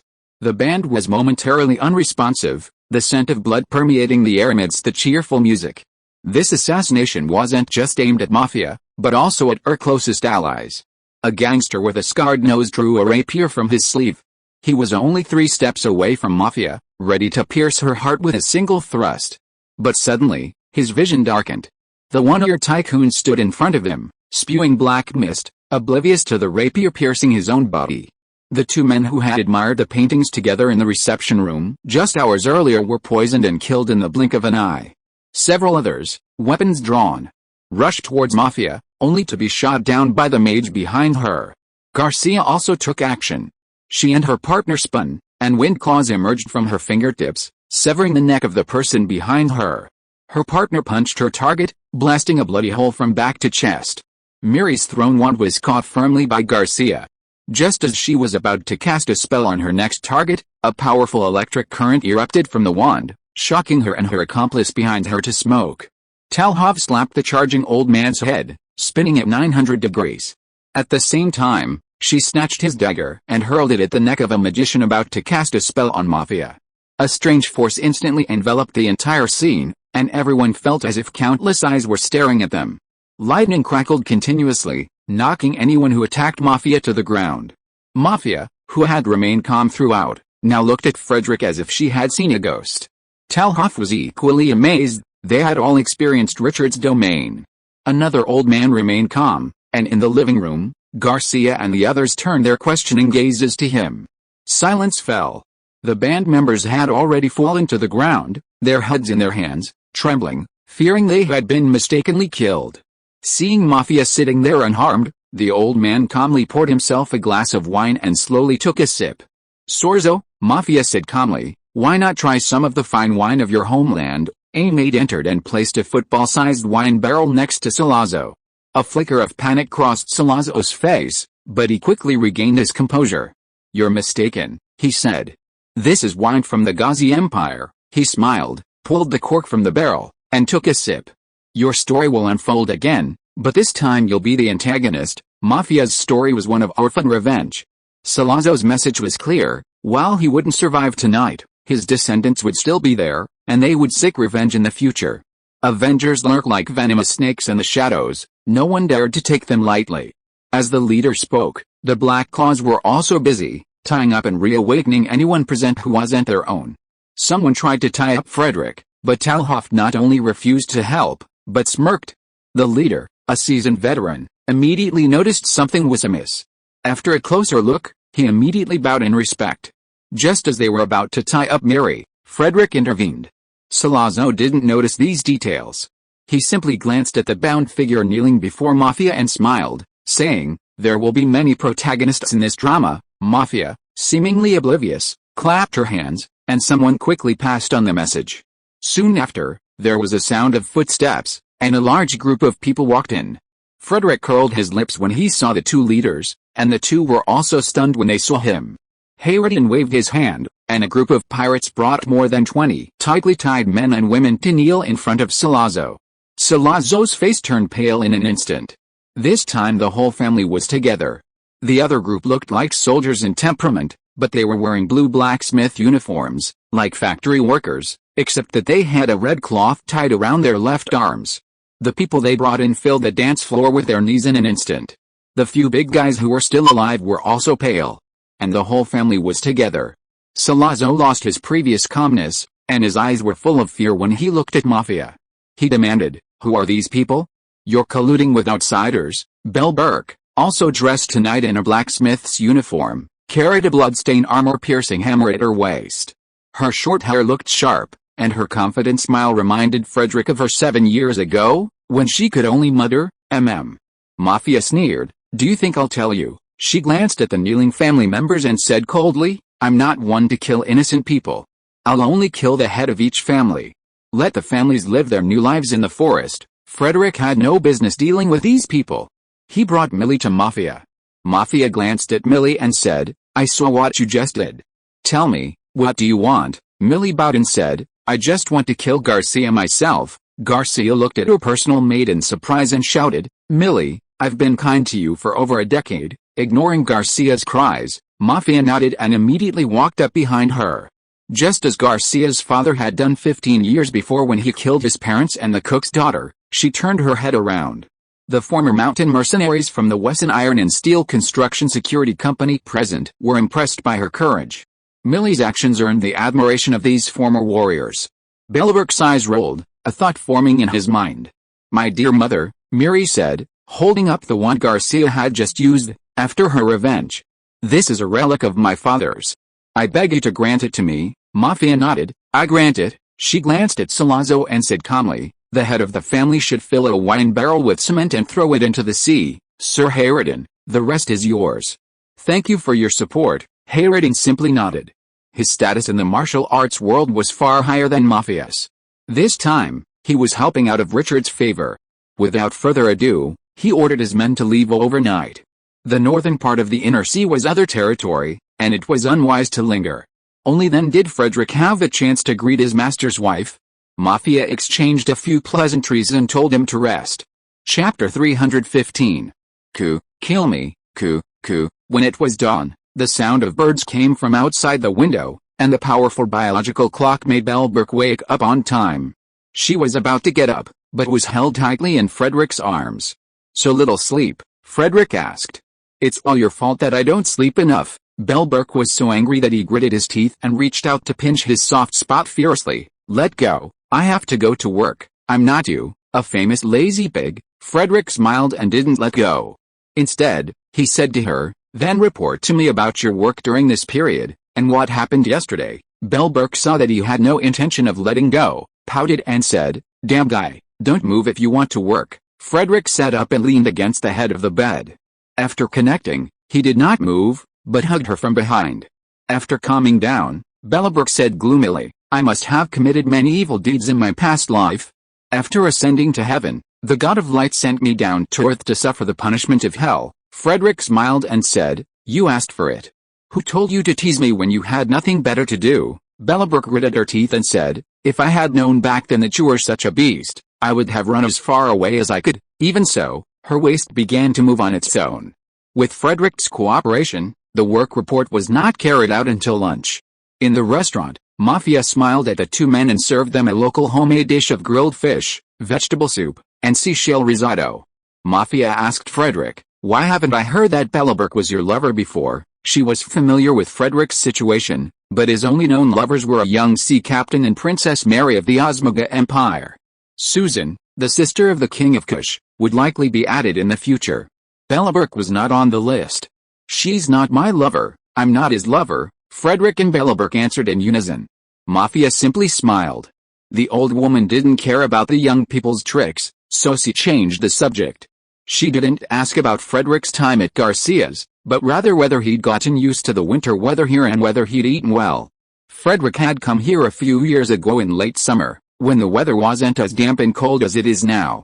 After recounting his experiences during those days, he asked, "Where are Robert and Monica? Aren't they here?" 7 years ago, Bellbrook had accompanied the Crown Prince to attack Wesson. At the time, King William had Mafia kidnapped to lure Richard out of the way, and the two of them took advantage of the situation. 6 years ago, Mafia gave birth to twins, a boy and a girl, both named by Frederick. One of Frederick's purposes for coming this time was to pinch his younger siblings' faces. Mafia said, "Things aren't peaceful yet. Let them out in a few days." Frederick nodded. The island's gangs were undergoing a shake-up, and during these turbulent times, it was best for the two children to remain hidden. Mafia continued, "I promised my protector I'd make sure you meet her. She has a lot of questions for you." Frederick immediately agreed, "That's my duty." Mafia added that she was busy for the next few days and told him to do whatever he wanted. If he found her intrusive, he could move to their house outside the city. The servants were ready. Frederick immediately understood that some of the gang's internal affairs were inconvenient for him to know, so after lunch, he took Bellbrook away. Mafia's house outside the city was located by the sea, surrounded by a vast orange orchard. Less than 100 meters from the sea, it had a long pier jutting out into the water, perfect for sea fishing. Bellbrook also moved in, and her men began to move in. Check-in and other minor matters were naturally handled by someone else. Frederick took Bellbrook to the end of the pier, set up his fishing rod, and listened to her report while he fished. Bellbrook's Wesson Railway construction team arrived in Venice by land 2 weeks after Frederick left for Constantinople, then sailed to Palermo. Initially, they simply surveyed the terrain for the railway project, until 2 months ago, when Mafia approached Bellbrook for military assistance. From Bellbrook onward, most of the Wesson Railway construction team consisted of former prisoners of war. The mountain mercenaries from the Helvetic Confederation, though they had switched careers over the years, still retained their foundation. In recent years, the generous treatment and secure jobs had attracted many of their fellow countrymen to join. Not to mention the violent individuals in the security company who only knew how to fight but couldn't switch careers, yet were eager to make a killing. Many of them had been fighting since they were 12 or 13 years old, and dealing with the small-time gangs in the city was easier than catching a pig. The entire operation was simple. Bellberg, acting on the detailed intelligence provided by Mafia, launched the operation simultaneously 2 days ago and then suppressed the news. Frederick remained silent on the matter.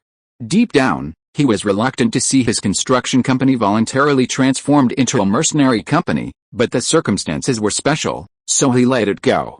After recounting his recent experiences, Bellberg murmured, "This time, she received assistance from the Sardinian royal family. They assumed I came from a family of knights and wouldn't know royal customs, so they didn't try to hide it. I don't know the specifics, but I can tell they reached some kind of win-win agreement." Bellberg's family was a long-established noble family in the Rhine Confederation. His grandfather presided over the Heraldry Academy. They had received a strict education in etiquette and were semi-experts in etiquette and customs. Frederick nodded slightly. It seemed his mistress had made substantial progress toward becoming a noble. As long as the royal family didn't play tricks, it was basically a done deal. "Don't get involved in these matters anymore," he told Bellberg solemnly. "You'll be making money in many places. Maintain a neutral, non-political image." "How's the railway going?" After several years of hard work, and with Frederick's guidance, Bellberg's workability had improved rapidly. She said, "MRS. Mafia originally wanted to build a circular railway around the island first. Our research revealed that, given the current development of coastal shipping, a circular railway wouldn't offer significant advantages, so we suggest she first build a main line from the inland area to the coastal ports, then build branch lines for horse-drawn carriages. Freight demand in these areas is greater, making it easier to recoup costs. MRS. Mafia has agreed to our plan so far." Frederick nodded, agreeing with Bellberg's approach. Bellberg continued, "MRS. Mafia wants to start some factories other than fruit processing, but she's unsure how to start one. She might consult you about this." Frederick simply nodded, indicating understanding, without further comment. "That's all," he concluded. "Send a telegram home saying I've arrived, and nothing else." Chapter 316 Brothers and Sisters. Fish. What a huge fish, a tiger shark, over 40 meters long, chased a snow-white seal towards the dock where Frederick was fishing. The children, Robert and Monica, were so excited that they dropped their fishing rods and asked their personal maid to quickly fetch their airsoft guns. Frederick then gave the siblings a knife in each hand. The airsoft gun the children were playing with was a modified folding airsoft gun with a caliber of only 5 millimeters. The bullets were made of slime and could only shoot butterflies at a distance of 20 meters, not birds. Frederick said to them, "That shark weighs nearly 5,000 of you. What good is that toy, Brother Frederick?" Robert tugged on Frederick's sleeve and began to act cute with his sister. "Would you mind giving us a golden cannon?" Monica tugged on his other sleeve and said, "With that, we won't be afraid of even bigger sharks." The brother and sister had dark hair like Mafia, but emerald green eyes like Richard's. Their round faces looked adorable. Frederick, inwardly, exclaimed, "Wow, you two little brats are asking for weapons that even your mistress wouldn't dare ask for. What's next?" "Stop it," he said, taking his brother and sister's hands and walking to the dock. "Let's go see the sharks." The tiger shark chasing the seal was only 10 meters from the fishing pier. The seal seemed to be trying to jump onto the dock to escape. The seal sprinted towards the dock with all its strength, leaping high once it got close, thinking it would be safe as long as it got out of the water. Then, Frederick kicked it back into the sea. The water was deep where the dock extended, suddenly surging less than 10 meters away. The blood-staining maw was over a meter wide, its layers of teeth like daggers. Shark teeth are so sharp they could be fashioned into spearheads to hunt large fish. A shark this size could easily pierce the sides of a fishing boat in its armor. Behind Frederick, Robert and Monica's maids and guards, pale-faced, prepared to carry their young masters away.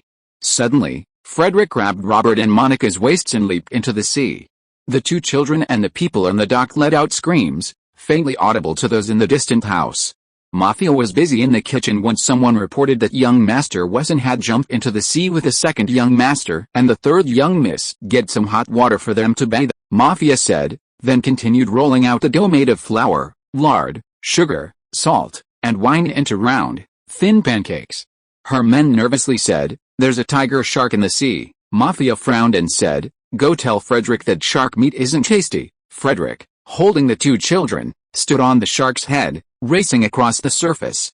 The unfortunate shark tried to dive, but beneath it lay a massive block of ice, its buoyancy keeping it above water. The tiger shark couldn't swim quickly with a massive block of ice, but with Frederick's help, it was propelled forward, swiftly swimming. Robert and Monica stood on the shark's head, their faces flushing red with excitement, like ripe apples, even as their hands clung tightly to Frederick's. After a while, their fear subsided, and they began waving at the fishing boats at sea. The three of them wandered the sea for nearly an hour before reaching shore. 3 large iron pots were prepared in the house, filled with water and herbs, with a fire burning underneath. They were ready to throw the people into stew upon their return. Frederick felt strange looking at the ginger slices, knotted shallots, and a few onion rings floating before him. But it worked. Soon he was sweating profusely, no longer catching a cold from the wet seawater and wind. After changing into clean clothes, the 3 men arrived at the dining hall for lunch, their faces as red as the red ketchup on the noodles on their plates. There were 2 desserts on the table. One was a round pancake rolled into a cylinder and filled with the goat's cheese mixed with sugar and vanilla extract, then sprinkled with candied orange peel and ground nuts. The other was a mixture of breadcrumbs, parsley, cheddar cheese, and raisins, then rolled with the flesh of a whole sardine and baked, finally drizzled with a little lemon juice. Mafia had made all these desserts, but she had something urgent to do and didn't eat with them. The 2 children also had yogurt with honey, while Frederick drank fruit wine made from orange juice. Robert stared at Frederick's glass eagerly, as if eager to drink. Frederick raised his glass and asked, "Want some?" Monica nodded even more vigorously than Robert.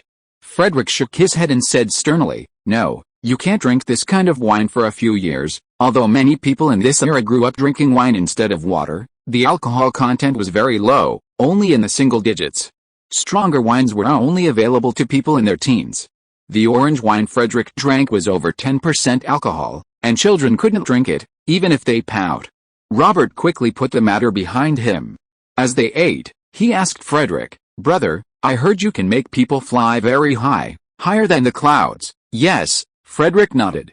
"Do you want to try it too?" Robert nodded repeatedly. Monica asked, "I heard someone can jump from the clouds and not die, right?" "Yes," Frederick nodded again. "The first person to jump was your father." The 2 children gaped in amazement. Monica asked again, "Can you?" Frederick smiled and nodded. Hot air balloon skydiving is a recent boom in the Western Canton. The fees are exorbitant, but those who jump for the 1st, 5th, 20th, and 50th time receive a beautiful commemorative badge. The 50th jump badge even comes with a number and a certificate signed by the Duke of Wesson. As a result, many wealthy young men and women, who spend their days bragging about their wealth, have flocked to this activity, and Maria's bank account has steadily increased. Monica then asked, "Will you hide a bird?" Frederick smiled and replied, "If you're lucky, you can catch one in flight." The 2 children's eyes lit up. But Frederick quickly dampened their enthusiasm, saying, "You have to be 16 to play this game." Lunch quickly ended with a flurry of questions and answers. Robert and Monica, feeling full and sleepy, were escorted to their rooms by the maids for a nap. Frederick went to the terrace and asked the servants to bring a popular novel. He stretched out in a soft, comfortable recliner, accepted the book presented by the servant, and glanced at the cover. 10 Days of the Flood. He assumed the book was about a disaster, but after flipping through 2 pages, he discovered it was about 10 young people trapped in a castle for 10 days by a flood. To pass the time, the characters took turns asking a question, which the others answered. Finding it intriguing, Frederick flipped through the pages and began to read. The first story read, John put down his half-empty teacup, pondered for several minutes, then raised his head and said slowly, "My problem is very simple. Suppose that points A and B are 2 points on a vertical plane that are not on the same horizontal line. Among all the plane curves connecting these 2 points, find a curve such that a particle, acting only by gravity and with 0 initial velocity, moves from point A to point B along this curve in the shortest time possible." Frederick scratched his head and turned to the next page, which had an illustration. It was indeed a problem involving the brachistocentrism line. Frowning, he continued to flip through the next few pages, finally setting the book on the table beside him and frowning. "Wow, He actually turned the content of the Wiesenberg University textbook into a novel, even including the Wiesenberg Hemisphere experiment. That's pretty impressive. At this time, a pleasant voice asked him from behind, "You can't understand this book either." Chapter 317, Business First. In recent years, the popular style for women's clothing in Wesson has been a monochromatic palette of materials, with emphasis on lace, buttons, and pleats. The visitor today wore a long-sleeve dress crafted from the finest beige Sardinian silk. The hem was pleated, its delicate folds billowing like a wave. Elastic pleats defined the waist, and a cluster of jeweled buttons draped from the neckline to the midriff. The most expensive part of the dress was the handmade lace trimmings at the neckline, cuffs, and hem. These lace trims, woven minute by minute from pure silk by skilled artisans, fetched an equivalent weight in gold. The weather on Citrus Island was a bit chilly, and the visitor wore a snow-white fur cape, crafted from the finest white bear pelt from the dark far north.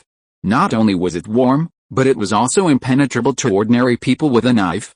In its native land, a single bear pelt could fetch several tons of canned oranges. Frederick knew at a glance that this visitor wasn't just wealthy, but likely a person of high rank. Thinking of his mistress's recent closeness to the royal family, he suspected this person might be a member of the royal family. He stood up and saluted, and the other person politely returned the salute. After introducing themselves, Frederick exclaimed in surprise, "So you are Princess Lola. No wonder you have such a beautiful voice." He had only recently learned, through listening to records and asking his mistress, that Princess Lola, the youngest daughter of King Francisco of Sardinia, was a national treasure, her aisles packed with people during her opera performances. 10 years ago, at the age of 16, Lola had already achieved international fame in the entertainment industry. King Louis of Gaul had invited her to perform in Paris, but Francisco declined, saying he could come if he wanted to hear his daughter sing. However, at the time, Gaul was beating up the Confederation of the Rhine in the lowlands. Louis had only traveled to the Sardinian capital of Diplomatia with a Gallic art troupe the same year Frederick had beaten up his neighbors. However, this incident had little to do with the Confederation of the Rhine, known as a cultural swamp, and Frederick hadn't had the time to pay attention to such matters at the time. Lola settled into a recliner across the small tea table from Frederick and, as usual, said, "Sister Carlyle wrote me a letter in Constantinople, mentioning you." Frederick had a vague recollection of the name. After a moment's reflection, he recalled Carlyle, the elderly Lolita who could transform into a 3-meter-tall figure, against whom he had fought during the Wanjing City tournament. Carlyle also had another identity, a member of the Witch Sisterhood. Frederick asked Lola in the Witch Sisterhood's code word, "Are you a member of the Witch Sisterhood?" Lola replied, using the same code word, "Yes, Sister Carlyle and I had the same teacher." Frederick nodded. It seemed this organization was quite complex. He had already met 2 princess members. He asked, "What are you here to see me about today?" "All of them," Lola replied solemnly. "Let's talk about the sisterhood first. We've heard you can build ships without sails, and we're looking to buy 2 or 3. When I went to Wiesenberg to record this fall, I asked Lady Psyche for help with this matter, and she told us to talk to you." Frederick thought for a moment. If it were just an ordinary steamship, placing an order would be a matter of Psyche's word, so there was no need to discuss it with him. This meant they had a special purpose. "Do you have any additional requirements for the steamship?" he asked. "May I know what you're using it for?" Lola replied solemnly. "Our witch sisterhood has been dedicated to searching for relics from before Ragnarok, but for years we've scoured the continents and haven't found any valuable leads. I wonder if you've heard of the rumors of another continent west of the ocean. We believe the relics are there." Frederick understood. They were looking to reach the New World. He said with some embarrassment, "Steamboat technology is far from mature right now. There are still many problems. It's not yet suitable for ocean voyages. I think if we want to find the western continent, this ship should at least be able to cross the inner sea from east to west without docking. With the technology in Wesson, building such a ship would take an optimistic estimate of 10 years. Lola was unfamiliar with ships and ocean voyages. Her royal upbringing taught her to rely on the advice of professionals in professional matters and to find trusted professionals to help her with the specific tasks. Believing Frederick's expertise in this area, she said, "Understood. I'll report back to you sisters. Be sure to let us know when the ship is finished.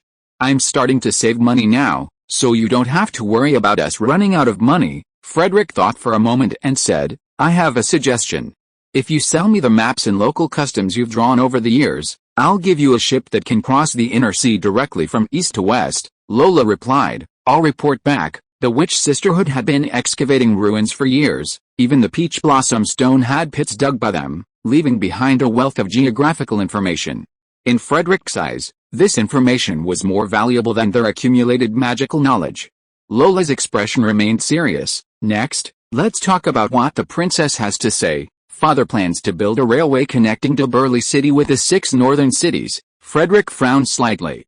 The Kingdom of Sardinia, apart from islands like Citrus Island, primarily encompasses the entire Sardinian peninsula and the plains south of the northern White Mountains. A mountain range runs north-south through the center of the peninsula, leaving only arable plains and hills on the east and west sides, with the center mostly consisting of steep mountains. The kingdom's political structure is complex, with roots dating back thousands of years. After the fall of the Purian Empire, once the empire's home, this region, the birthplace of the old empire, became a battleground for various factions seeking to inherit the ancient empire's claims. For decades, the banners of the kings changed, and the local population was reduced to a mere tenth of its population. Eventually, the Germanic kingdom from the Rhine region briefly occupied the region, quelling the conflict and allowing the Church of Light to flourish. Decades later, the Eastplan Empire, centered in Constantinople, allied with the Church of Light and returned to their homeland, reclaiming the ancient emperor's scepter. However, the Germans took the crown and returned to establish the Second Plan Empire. The scepter remains in Constantinople, while the crown rests on the head of the King of the Rhine Confederation. However, soon after, the Ghazi Empire began to rise, competing with the Eastplan Empire for territory along the southern coast of the Inland Sea. This forced Constantinople to focus its attention there, neglecting its western focus. The revitalized Sardinia region gradually began to assert its independence, but soon fell into chaos again. Then, a powerful man appeared, uniting the regions and establishing the Kingdom of Sardinia. This powerful man had 7 daughters, each capable of following their father into battle. The eldest daughter became queen in the ancient capital of Diburi, while the other 6 daughters were given fiefdoms in the rich north to defend against the Gallic League, the Second Plan Empire, and the newly rising Kingdom of Osmana, who attempted to cross the White Mountains. If the story had ended there, it would have been a happy ending, a story of sisters united in purpose. But the wheel of history rolled relentlessly on, and the descendants of the 7 sisters began to develop their own agendas. Today, the main forces in the Kingdom of Sardinia are the royal family and the 6 free cities in the north. On the surface, they get along well, but the political and economic struggles between them have never stopped. This is still a conflict between the top leaders. At the lower levels, the relationships between the small groups within each power are also messy. In such a political context, if the king wants to build a railway, what will others think? Will they think like those gangs before? After thinking for a while, Frederick said, I require you to ensure the safety of the construction team and settle the bill every 5 kilometers. Lola said, this matter is agreed by my father and the other 5 governors. There is no problem with safety and funding. Frederick said that since this is the case, he agreed in principle and would let his subordinates discuss the specific details. Okay, Lola said with a relaxed smile on her face. Next, let me talk about my own business. If you are listening to this novel on a channel other than Fanfic World, it means it was downloaded and re-uploaded without effort. We warmly invite you to visit our channel, Fanfic World. There you will find the original version of this story and many other novels of various genres. We look forward to seeing you dive into a world of incredible novels. Chapter 318 How about writing an opera?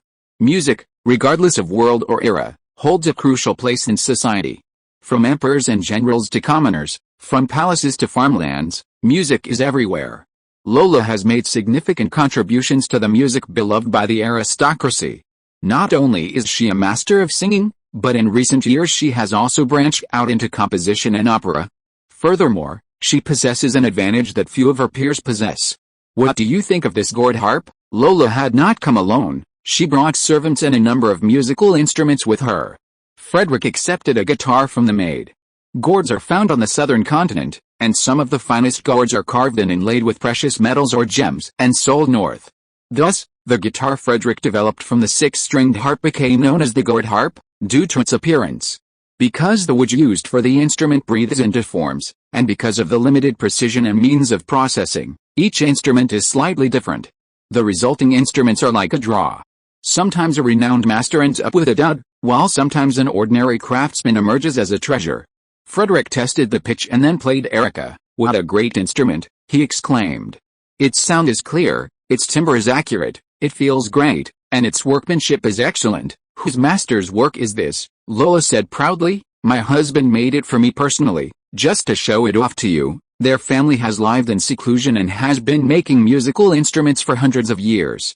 They have made remarkable achievements in this field. Then she added sadly, "He and I went to the city of Wessenland together, and I was the only one back. He stayed there to study the clarinet with the instrument maker Johann Dane, and a mouth-blown organ with a watchmaker named Heli, and left me to come back on my own." Frederick smiled and said, "In recent years, many instrument makers have come to our place." Lola asked him, "I've heard rumors that many of the new methods of modifying musical instruments in Wessenland were proposed by you." Frederick smiled and nodded, then played another song. Lola's eyes lit up, and when she finished, she asked, "Is this a new song?" "Yes," Frederick nodded. "The name is Goodbye, Friend. The melody is basically like this, and the lyrics need further polishing." Lola pondered, "This should be a song about marching off to war." Frederick smiled and nodded. Lola continued, "When I went to record in the fall, I discovered that these short songs are very popular in your area, and there are so many varieties. I even bought a few songbooks." Frederick said, "People in our area don't have much artistic temperament. We don't see many operas or plays, and we can't remember such long, complex passages. So we just make up some simple songs for everyone to sing. Some things are hard to remember just by saying them, but easier to remember if you make them into songs." Lola smiled and said, "That's how the hygiene song was made." Back then, she had been stunned for a moment when she heard children in Wessenland singing, "Children, pay attention to hygiene. Wash your hands before and after meals." A kind smile crossed her face. "I'll translate it and teach the children when I get back. Now they know when to wash their hands." "I heard you have someone who writes songs for children." Frederick nodded and said, "Yes. She's an art teacher at an elementary school in Lingen." Lola added, "You write a lot of songs too." Frederick smiled and said, "Just for fun." They chatted for a while, and then Lola suddenly said to Frederick seriously, "These little songs are just entertainment after all. Opera is the jewel in the crown of the arts. You have great musical talent. Consider writing a few operas." Frederick pondered. A regime's cultural output is part of its strength. If someone under his wing could write a decent opera, it would greatly enhance the soft power of the Western state. Lola said expectantly, "I often wonder what your operas would be like." Frederick simply smiled, thinking that if he really did write one, he'd be inserting operas into commercials. He said a little sheepishly, "I've heard some opera, but I have no idea how to write it." Lola's eyes lit up. This was her area of expertise. She began by discussing the number of acts in an opera, the purpose of each act, and the musical style, and she went on and on until the end of dinner. After listening to her, Frederick realized he wasn't cut out for this line of work. There were too many rules. If plagiarizing a song was just writing a few doggerel poems, then writing an opera was like writing a long, formal essay. Not only did it have to be ornate, but it also had to be well-formed, with almost formulaic requirements for how to begin, develop, transition, and end. As for reform, the audience had grown up listening to this kind of opera, knowing when to build suspense, when the protagonist would suffer a setback, and when to achieve a twist was almost a reflex. Even the slightest change would cause them psychological and physical discomfort. Frederick felt that if he really followed his own ideas, it would undoubtedly cause a stir. Lola left the house after dinner and returned to her home in Palermo. New Year's Day was just a few days away, and she would take the boat tomorrow morning so she could be home with her children for the holiday. That night, Frederick lay quietly in bed, lost in thought about opera. Bellberg, noticing his thoughts, didn't bother him, remaining quietly beside him. After a long moment, Frederick pinched her nose. "Gosh, are you up to something bad again?" Bellberg eyed him warily, fearing he might try something new. "Let's get down to business," Frederick said calmly. "The Shakespearean family should know some opera composers, right?" The Shakespearean family was a family of actors, so he figured they should know some of the biggest names in the world. Bellberg hadn't yet returned to his roots, remaining missing from the family, seemingly unseen. Everyone was playing dumb. HMPH, she pouted. Ask yourself. Frederick raised a brow, believing there was either a story or an incident. He didn't want to hear gossip, so he said, ask for me. Bellberg angrily pinched the soft flesh around his waist, but said nothing. Frederick shrugged, believing Bellberg would surely help. Looking up at the ceiling, he pondered, I've come up with an outline for an opera, and I need someone to flesh it out. Let's set it in Venice, with 2 merchants and a moneylender vampire. He slowly finished the synopsis of The Merchant of Venice, only to notice Bellberg's expression was odd.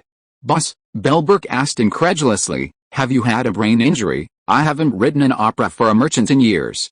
Operas these days usually focused on religious stories or praised emperors and generals. Common heroes were usually minor supporting roles, never the protagonists. An opera with a merchant as the main character was unheard of. Frederick flicked Bellberg's forehead and said with a smile, you're too stupid to understand. With the development of commerce, the status of merchants gradually rose, and with it, they began to raise political demands. Frederick saw this opportunity and gave history a push. Chapter 319 How to Rule. In the cultural world of the Kingdom of Sardinia, New Year's Eve is not a bustling occasion. The streets are quiet, and all the warmth resides within the home. Those who work away from home and are able to return do so, their fathers preparing a few pleasantries and their mothers preparing a delicious meal. Life's troubles and work-related matters are all shared in this warm atmosphere. In the living room, Frederick patted Mafia's back and rubbed her shoulders, while the elderly men and women around him looked on with envy. These elderly people were Mafia's former servants or subordinates. They had been implicated in the family's downfall, but upon its resurgence, they returned to him without hesitation. Younger generations like Frederick had to call them Grandpa and Grandma. Every New Year, Mafia invited them over to chat and exchange gossip. This year was different. Everyone gathered around a charcoal stove, atop a wire mesh screen. A teapot heated tea, and surrounding them were roasted fruits, snacks, and meats. According to current medical theory, the elderly should avoid cold food, as it can easily upset their stomachs. Diarrhea is more deadly for the elderly than a cold. Now, everyone, young and old, gathers together to eat hot food, without worrying about stomach upsets. After lunch, Mafia saw the elderly off, donned a fiery red fox fur cape, and took Frederick for a walk on the beach. The royal family has agreed to allow me to become a court noble, bestowing me with the title of Count of Citrus, giving me full authority over this citrus island. Mafia's sudden announcement surprised Frederick. Frederick had recently gained some understanding of the local political system. From now on, except for the land ownership, which would remain the property of the royal family, everything else would belong to his mistress. He thought for a moment and asked, "What's the price?" Mafia replied, "The tax is a lump sum system, 10 times the average of the past 5 years. I'll raise a mercenary corps of 1,000 men to serve the royal family, and I'll cover all the expenses. Robert will marry a princess of the royal family. It's settled. It's Princess Lola's youngest daughter, who's 3 years old. Monica will marry the crown prince's youngest grandson. He won't inherit the throne." Frederick nodded. These terms were perfectly acceptable. For the royal family, the island's sole purpose was to generate money. If someone could offer more, a landless title of nobility wouldn't be out of the question. Mafia gazed at the sea, sighed deeply, and said, "I used to think I could rule this island, but when I actually started ruling, I realized it's different from ruling a family." Frederick nodded. In his previous life, he'd seen someone online say that a mafia gang, once big, was no different from a country. Becoming a ruler himself made him understand. Those who said that probably hadn't even been a group leader collecting homework in school. High-pressure rule maintained by force may seem effective, but the cost of rule is extremely high. Don't expect the grassroots under this political model to achieve anything good. The territory is in turmoil, and riots are imminent. Any slight weakening of the fundamental military power will be the first domino to fall, not only damaging the internal foundation, but also exposing external enemies eager to raise their knives against the fattened pigs, and they are likely to appear as saviors. If things go wrong, Mafia will become the Demon King, and a swarm of heroes will emerge from the village. Who knows what these people, given the role of protagonist, will do? Frederick couldn't help but wonder if the royal family dared to act this way precisely because they saw that a gangster like Mafia wouldn't be able to rule the territory.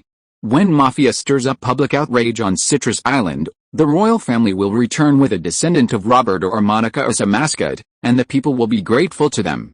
Mafia turned to Frederick and said, I heard you have a school for government officials there.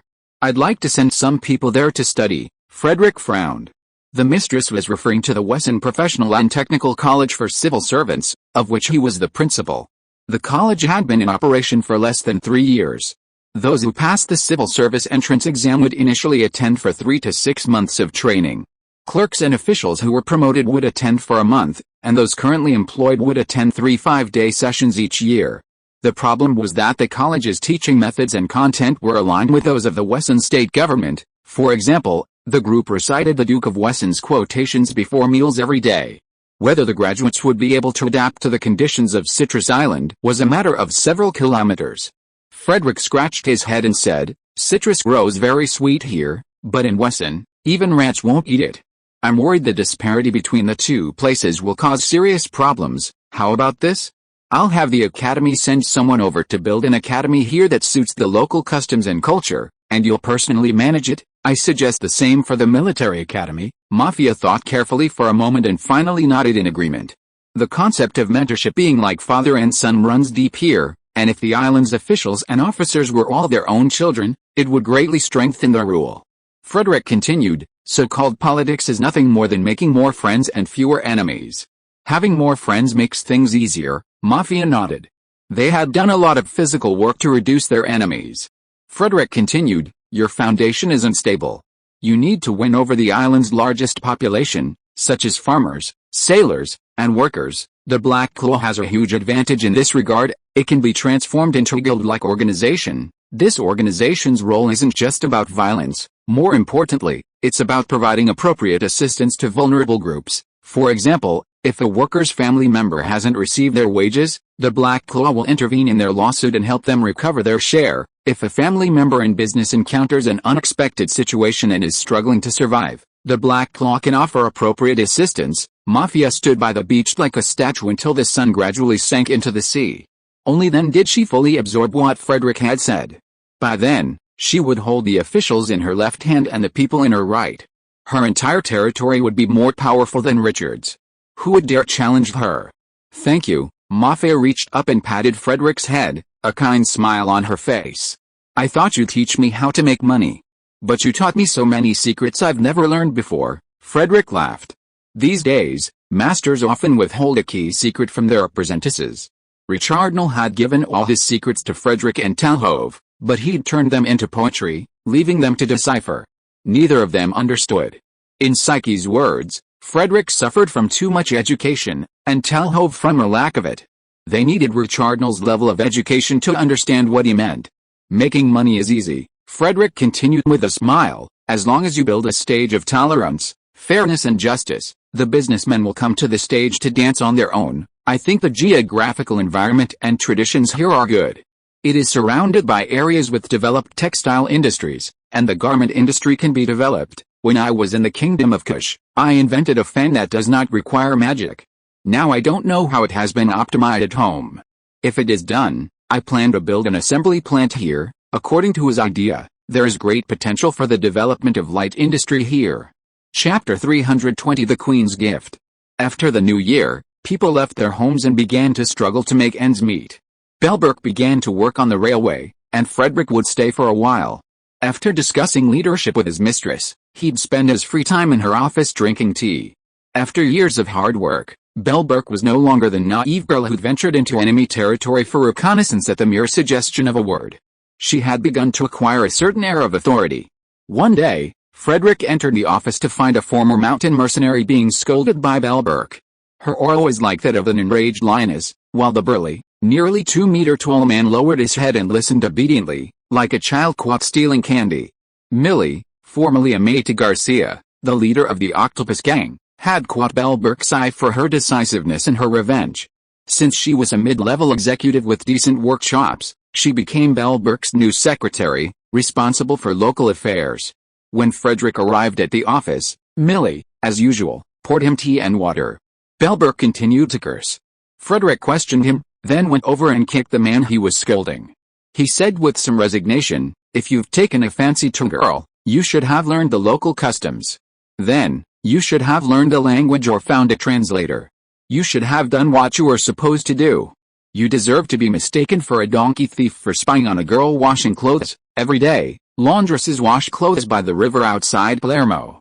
This man had taken a fancy to one, but because he couldn't communicate with her due to language barriers, he could only spy on her from across the river. The meadow across the river belonged to a cart company in the city, where cart horses, unicorns, and Emmy donkeys often took turns grazing. He was mistaken for a thief. The company's officers injured several people while trying to apprehend him, but fortunately, he was careful with his actions. When the other party was wronged, they called in the Black Claws, and the incident ultimately reached Bellberg. After kicking the idiot, Frederick said to Bellberg, "You decide what to do with him." Bellberg sighed and replied, "What else can we do?" "Of course, make this idiot pay and apologize." Frederick nodded. The man's injuries weren't serious, just flesh wounds, no broken bones. He could take 2 salted fish, a bunch of sausages, and a piece of cheese, along with a compensation, to the victim's family and make a few nice remarks. The Black Claws would then offer a few polite words, and the matter would be over. He went to the housekeeper the mafia had assigned, and the Black Claws would escort the idiot to apologize. This would both show the world that the Black Claws were capable and effective, and also help alleviate the language barrier. After all, they were all family, so there was no need to sacrifice face. That night, they sat in the bathroom, Bellberg scrubbing Frederick's back while Frederick washed Millie's hair, chatting away. Bellberg said this morning, "That idiot is going to hold the ball in a while." "What?" Frederick was stunned for a moment. "Why is he holding a ball?" Millie was a local and very familiar with local customs, so she explained, "Here, it's very rude to directly tell a girl you don't know that you want to get to know her. Only low-class hooligans would do that when they want to molest women. If you express your love directly, you will be caught as a rapist, stripped naked, and whipped in public in the square." She also emphasized a direct attack and poked Frederick in the face while emphasizing it. Frederick pinched her nose, thinking that this was not going to be counted as the cultural output of Wesson State. Millie continued, "Young people should meet with the intention of getting married. Usually, families introduce people through relatives and friends, and there are also town balls. Only unmarried people can attend town balls. If someone is interested in someone, they send an invitation to that family, along with a brooch or corsage. Of course, the invitation can't mention anyone by name. It should be written with a hint. If you agree, you should bring the brooch or corsage to attend. If you see someone wearing a badge at the ball, you won't be invited. If it's not suitable, you can refuse and take it off and return it before you can be invited." Frederick was amazed. He hadn't really heard of this. He just listened to the story for fun, but had no plans to attend. After all, it was a blind date, not an introduction. After washing Millie's hair, Frederick brought Bellberg over to rub her back, saying, "Let's just have the company pay for this ball. Invite anyone who's interested. If anyone's interested, we'll start a language and customs training course, so we don't end up with any problems." It was just a casual thought, but he hadn't anticipated that working for Duke Wesson and getting a wife would become a common practice among the mountain mercenaries back home. When Wesson's army arrived, a large number of bachelors emerged as guides. A few days later, Mafia sent someone to invite Frederick.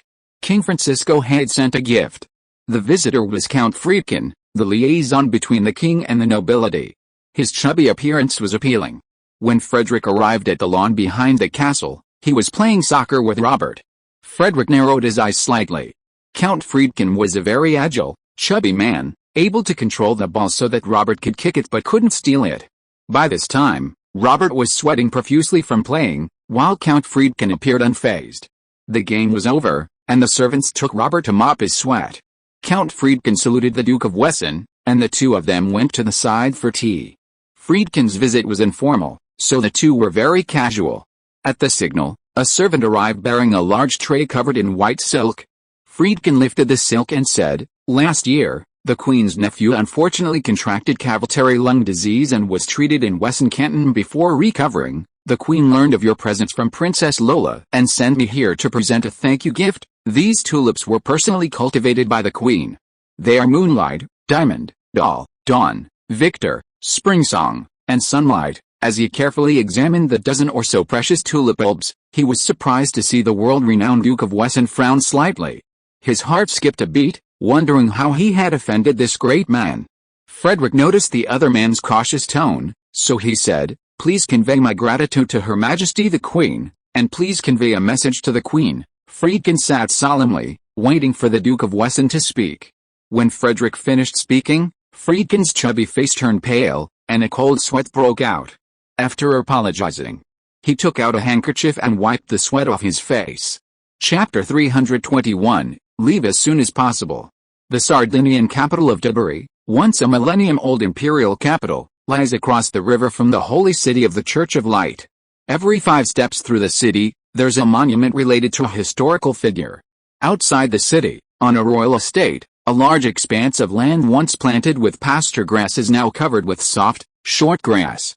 King Francisco, seated in a shed beside the lawn, smiled as his grandchildren and children from other noble families played soccer, occasionally feeding nuts to a small purple bird in his palm. Count Friedkin approached quickly from a distance, saluted the king, and began to report on his visit. Francisco leaned back in a chair, resting the bird on his shoulder. His right hand slowly plucked a string of shiny golden wooden beads, occasionally asking for details. The bird, realizing it had nothing to eat, chirped and urged him on. Friedkin had discussed this autumn's enthronement ceremony with the Mafia, and they had reached an agreement. Friedkin then reported on his conversation with Duke Wesson. What? Francisco sat up straight. Did he really say that? Friedkin answered confidently, yes, Duke Wesson believes the price of tulips will collapse soon. Francisco put his rosary on his wrist, ran his fingers through his white hair, stood up, and walked to the other side of the shed. It was a large, newly plowed field, over 200 acres, divided into more than 20 plots by ridges.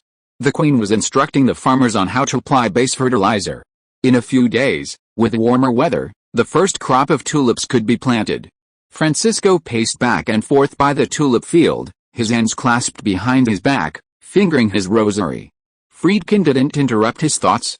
He turned to the low table nearby, filled the king's empty teacup, scooped in 2½ tablespoons of honey, and stirred it evenly.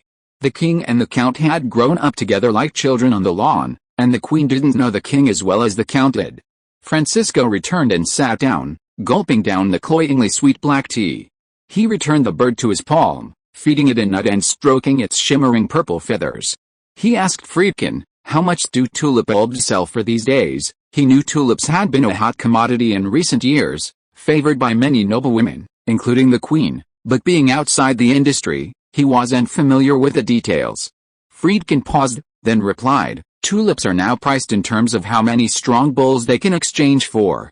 Talking about gold coins would be met with ridicule. Francisco nodded. That was the norm in the industry. The bird he was raising was being priced in terms of sheep.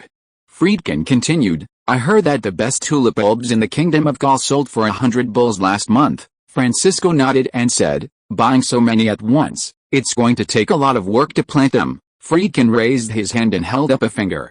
That's just the price of one bulb. Francisco blinked and said with a smile, you're such a joke. Friedkin shook his head gravely. His Majesty Francisco was stunned, nearly crushing the purple bird to death. Friedkin continued, I heard that the tulip variety was bred by Prince Moritz's family. It's incredibly beautiful. Last year, when it bloomed, it attracted countless people. With all due respect, the best tulips the queen grows are worth about 20 bulls, while most are only worth 4 or 5. He added, that's all for the price of one bulb. Francisco turned to look at the land he planned to plant tulips. His breathing quickened, and bloodshot eyes appeared. He took the teapot, opened the lid, and drank it all to calm himself. He placed the bird on the table and continued to meditate on his rosary.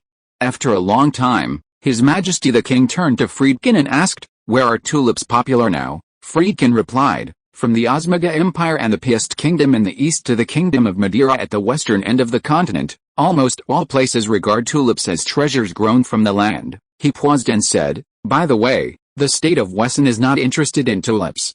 They prefer to raise pet birds from the southern continent. The Duke of Wesson's fiancée, Miss Ethel, has 7 beautiful jewel birds.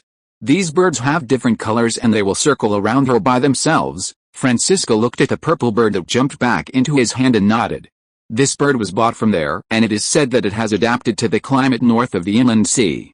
He squinted his eyes and said to Friedkin, you will lose a few fingers of weight again. Friedkin immediately replied respectfully, Your Majesty, Please give your orders, Francisco said. You have to go to the Kingdom of Gaul and sell all the tulips in the royal territory before the darkest moment that Duke Wesson mentioned comes. It doesn't matter if you sell them at a low price. Friedkin knew that the king believed Duke Wesson's prediction and wanted to take the opportunity to make a fortune. He thought for a moment and whispered, "Your Majesty, why not hand this business over to the Venetian merchants? I heard that in the Rhine estuary, where tulips first skyrocketed in value, the price of tulips once increased over 60-fold in a single year. Now every household there is investing in tulips. Although tulip prices aren't rising as fast now, they're still very attractive as an investment. After listening to Duke Wesson's analysis, I'm a little scared. I worry that the darkest hour is coming at any moment. Your Majesty, we can't compete with the Venetians in business. Why not make a quick buck from them while the price of tulips doesn't drop?" Francesco narrowed his eyes and said, "Okay." He had recently been contemplating how to build a railway, the biggest problem being where to get the money. Now, with an opportunity before him, he would be foolish not to seize it.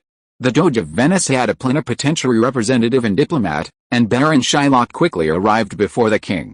Shylock, though puzzled by the king and Count Friedkin's plans to sell a large quantity of tulips, nonetheless accepted the deal on behalf of the Venetian Chamber of Commerce. No one would refuse such a sure-win deal. "Your Majesty, I have a humble request," Baron Shylock said. "I'd like to rent land and farmers to plant the tulips I've purchased, and then harvest them next June." Francesco immediately understood his intention. The tulips would yield 4 or 5 bulbs the following year, which would yield even more. "No problem," the king said.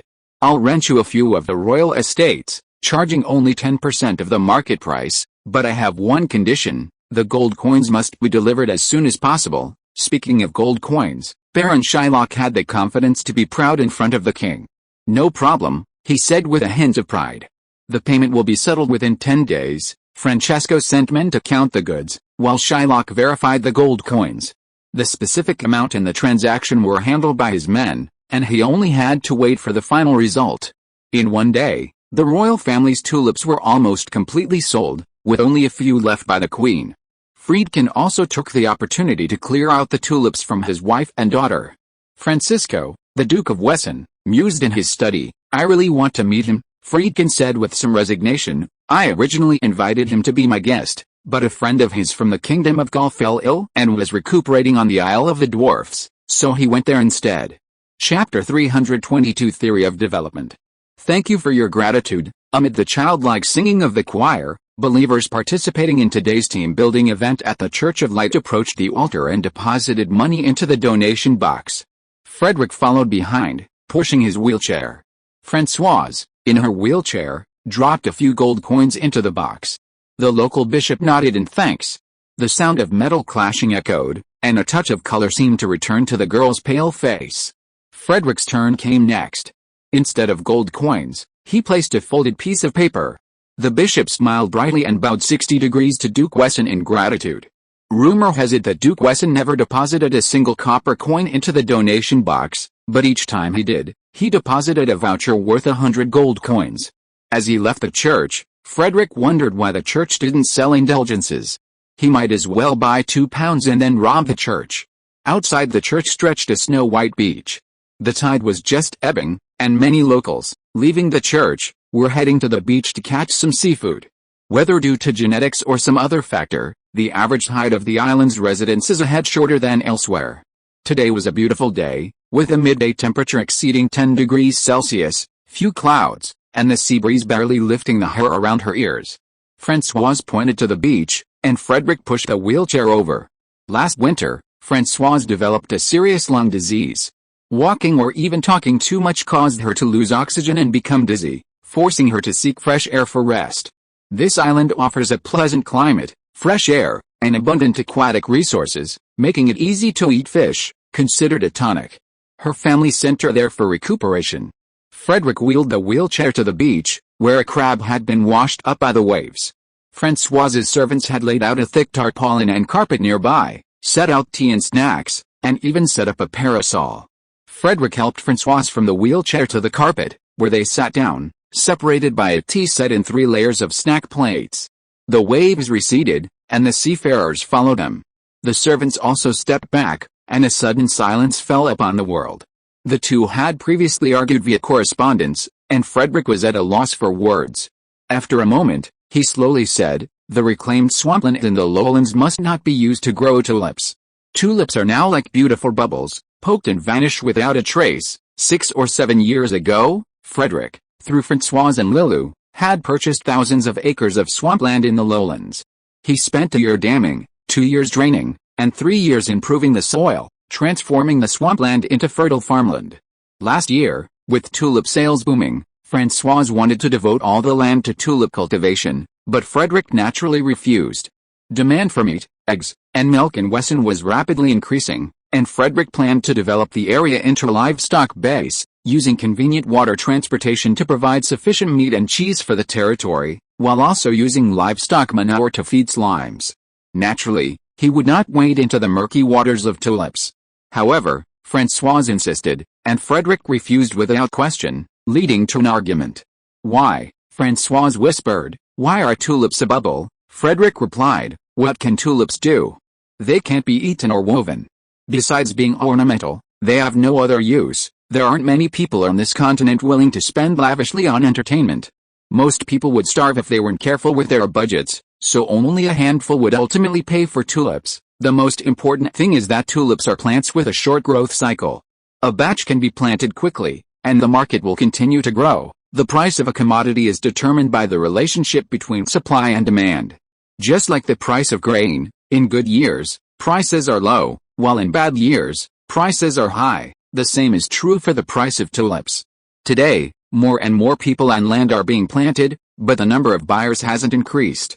Furthermore, the price continues to rise due to repeated resale. I speculate that when the tulip market becomes saturated and some people start selling at a discount because they can't sell, the price of tulips will drop by tens or even hundreds of times in a very short time. He first encountered tulips 9 years ago, when Françoise dropped them off with a letter.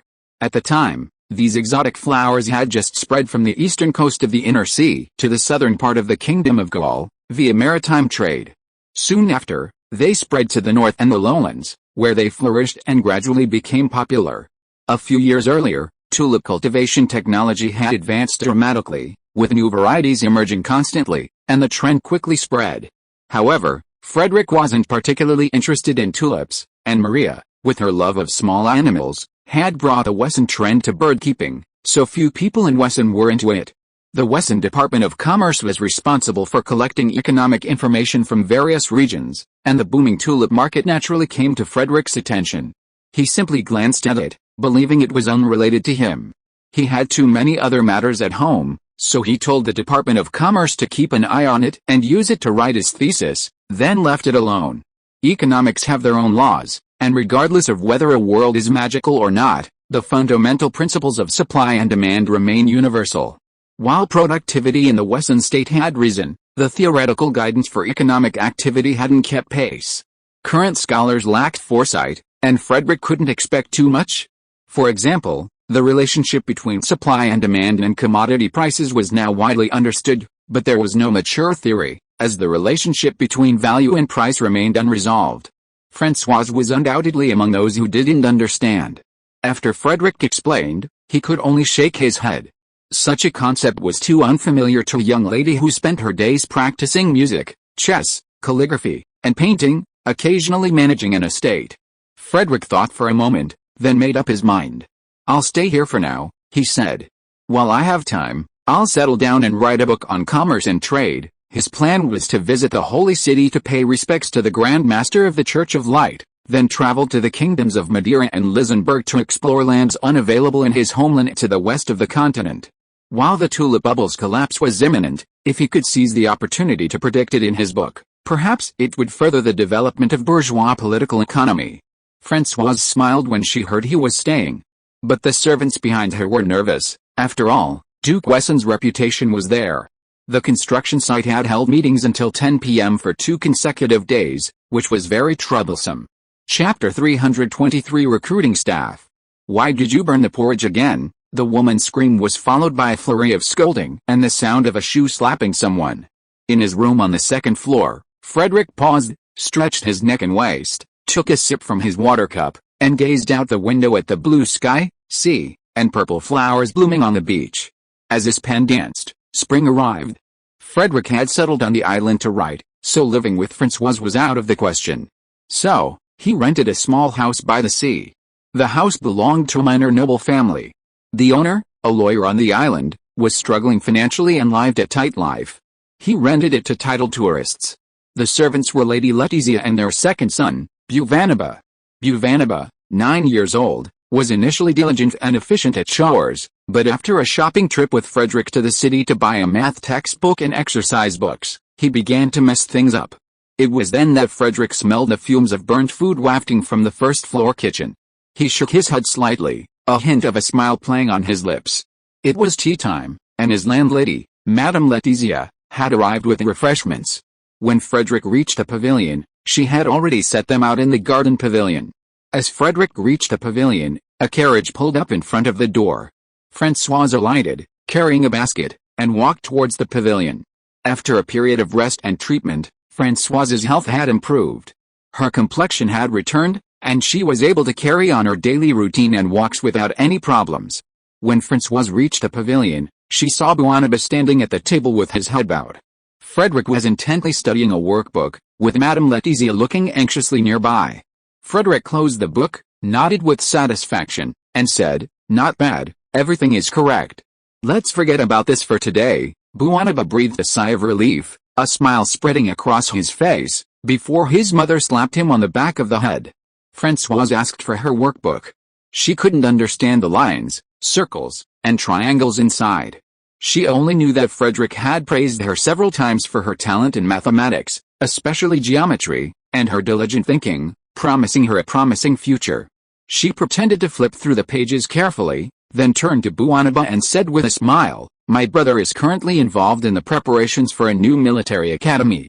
Would you like to study there?" Without waiting for Buvanaba to reply, Lady Letizia beamed and agreed, "Yes, he wants to go to Gaul." Born into a minor noble family in the Duchy of Liguria in the Kingdom of Sardinia, Lady Letizia was no stranger to the art of currying favor. She already knew the identities of both of them. The renowned Duke of Wessenland was obvious, but Mademoiselle Francoise also had a distinguished background. Her brother, Armand, was currently serving as secretary to His Royal Highness, Dauphin Louis of Gaul. Rumor had it that the aging King Louis the Elder of Gaul had begun assembling a team for His Royal Highness, and that Armand was one of the Dauphin's closest confidants. Buvanaba was still young, and 10 years from now, when the new king took over, he would be just starting out in his career. Clinging to the golden age of the new king, he would naturally achieve twice the results with half the effort. More importantly, Lady Letizia had many children. Buvanaba was just an ordinary child, not a time traveler like Frederick. He acted like a normal child, hesitating and asking a question with some embarrassment. "Will they laugh at me for writing with my left hand?" Being left-handed made him an anomaly among the children, and naturally, he became the target of ridicule. Bullying was commonplace these days, and the social ethos was that children should handle their own problems. If bullied, they fought back. There was no such thing as the older bullying the younger. Buvanaba had only one older brother to help him, and he often lost, leading a miserable life. Francoise smiled and said, "No, only the good ones laugh at the bad ones." Hearing that no one would laugh at him, Buvanaba immediately agreed, confidently saying, "I promise I'll get the best grades." Frederick watched with a smile, saying nothing. Over 200 years later, decades of correspondence between Frederick and Francoise were compiled and published. In Frederick's final letter to Francoise, he confessed that his biggest regret was not intercepting the incident at that moment. After mother and son left, Francoise decided to go for a walk on the beach. In the areas of the beach where the tide didn't reach, a purple-flowered vine grew, making it a dangerous place for both riders and horses to stumble. Francoise, holding up her skirt with one hand and supporting Frederick with the other, helped them through this dangerous area. After walking on the beach for a while, Francoise said, "I'll settle down on this island from now on." "Huh?" Frederick was taken aback. "Something's wrong at home." Dwarf Island was just a nickname for the island. Originally called Auralia, it was a colony of the Duchy of Liguria in the Kingdom of Sardinia. Mountainous and with limited arable land, its main products were olive oil, goat cheese, some flower perfumes, and salted fish. Occasionally, a lucky fisherman would pull up a water magic crystal from the seabed. Economic conditions were very poor. Francoise's family was a family that could sit in the front row at the king's meetings. The sudden establishment of a foreign branch was a sensitive matter. Either they were sensing something, or the Kingdom of Gaul was interested in gaining control of the area. Either way, it was a serious matter. Since her brother Armand was a member of the next king's inner circle, she began to woo the local nobility. She feared that after suffering a heavy loss at Lisenberg to the west, the Kingdom of Gaul would turn southward, aiming to compete with the Kingdom of Sardinia in the inland sea. Frederick pondered for a moment. His long-term development direction lay northward. The inland sea wasn't a core interest, he simply needed to secure his mistress's Orange Island and Hayreddin's maritime advantage on the southern coast. It suddenly occurred to him that the Kingdom of Sardinia had previously sold Orange Island to his mistress for a good price. Was the royal family hoping for a quick buck to counter the southward advance of the Kingdom of Gaul? Sardinia's military tradition differed from that of other kingdoms. Its army was primarily composed of defensive Sardinian mercenaries. Vassals were not required or prohibited from maintaining large armies, fulfilling their feudal obligations through war taxes. This meant the royal family's strength was directly proportional to the weight of their purse strings. The more money, the greater the power. Frederick paused, devoting himself to focusing on matters northward after his trip and keeping an eye on this area. Francois continued, "I'm not feeling well right now. My illness is prone to relapses whenever it snows, so I'll have to stay in the south for a long time." Frederick nodded and said, "I'll push for a telegraph tower to be built here." Francois blushed slightly, believing he'd invested so much money in it so she could stay in touch. Frederick didn't elaborate. Spring was approaching, summer was just beginning. Life on the island was peaceful. Frederick spent his mornings writing his manuscript, and his afternoons accompanying Francois, who was visiting him, and occasionally they'd go fishing together in a small boat. While Frederick was still writing, the Danube had just thawed, and the first fleet of spring ships sailed up the river to Wessenberg. The southern guests, filled with curiosity, arrived in this unfamiliar land, and 3 of them stood out with a distinct aura. Chapter 324, Incognito Visit. 1034 compared to 10 years earlier was its vast expansion. The spot where Frederick and Alfred barbecued their fellow hunters after selecting a site for the canal now served as the passenger terminal at the eastern end of the Carolina Canal, where passengers bound for Wessenberg disembarked.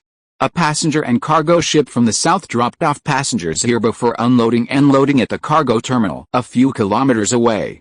The ship carried 2 groups of passengers, one, a large family of women, children, and the elderly, laden with luggage. A plump woman and a one-legged young woman presided over the group. The other, unmistakably aristocratic, included a young man of distinguished bearing, flanked by an elderly butler, 2 maids resembling thorny flowers, and 5 male servants who would have been at least centurions in the military. The large group of women and children, each carrying a backpack, took off immediately, and were the first to disembark.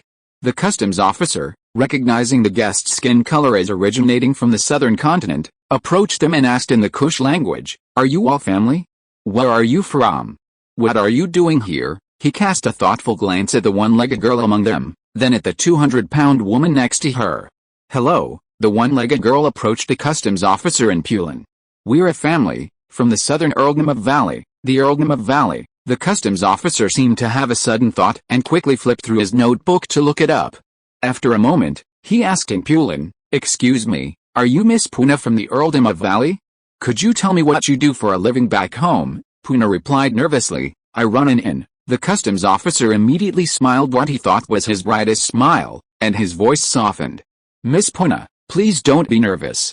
The Duke mentioned in his telegram that he had taken care of you during your journey south, and he specifically asked us to provide some assistance to you and your sister. Please wait a moment. I'll call a carriage and take you through customs formalities, obtain your ID cards, and then take you to Oak City." Puna breathed a sigh of relief and was touched. Duke Wesson had only stayed at his inn for a while, but he hadn't expected him to contact the territory. What she didn't know was that Frederick had only mentioned it briefly in his telegram, and officials at all levels had amplified it, so much so that the customs officer had specifically arranged for the officer to take the family to settle in Oak City. By the time Frederick remembered Pina and the older woman who had patted his back, she was already engaged to the customs officer. Pina and her family departed, their conversation overheard by the guests arriving on the same ship. The leading young man exclaimed, "How hospitable and welcoming the canton of Wesson is." His butler whispered, "Master, be careful from now on and don't reveal your identity." The young man nodded.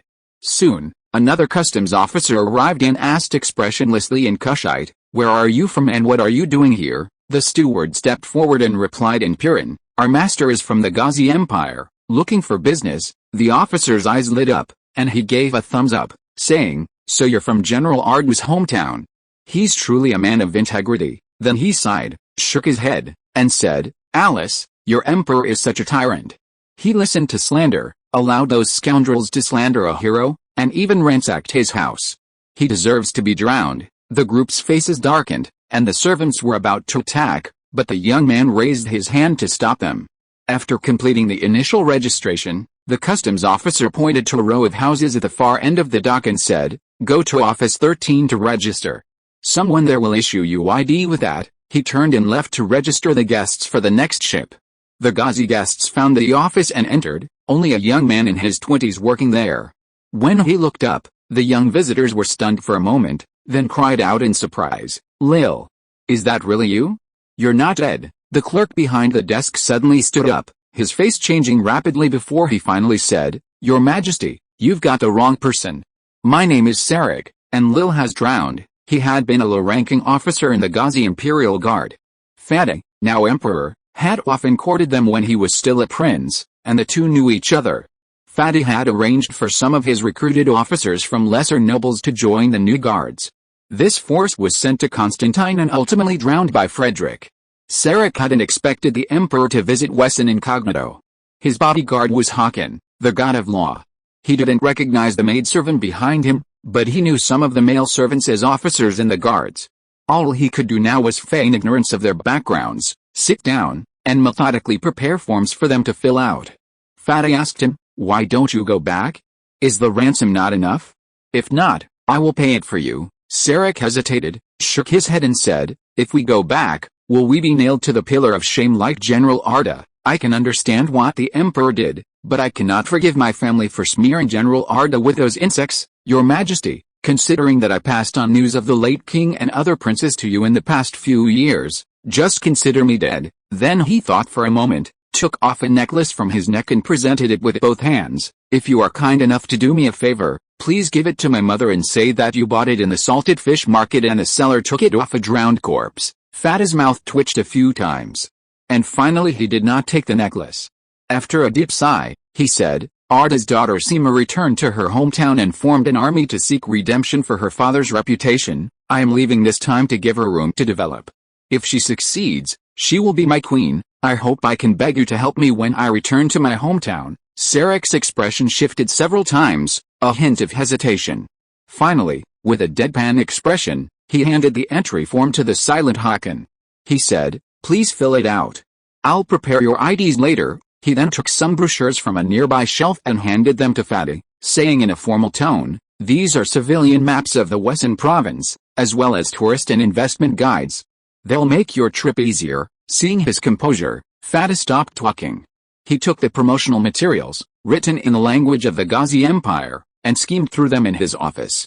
Filling out the forms was naturally Hakan's responsibility, but his left hand, severed by Frederick, was not very mobile. His movements were stiff, and he wrote slowly. Sarek then said to Fatih, "Your Majesty, when you come to Wesson, please respect its laws and traditions. They're written in the relevant booklet. Most importantly, there's no slavery in Wesson these days. Slaves automatically become free citizens upon arrival and cannot be killed or assaulted at will." Last month, the eldest son of the Grand Duke of Franconia in the Northern Duchy of Franconia killed a slave girl he had brought with him in Oak City. The court sentenced him to death by firing squad. Because of this incident, relations between the Duchy of Franconia and Wesson are now very tense. Following the verdict, the Duchy of Franconia quickly began deploying troops to the border to exert pressure.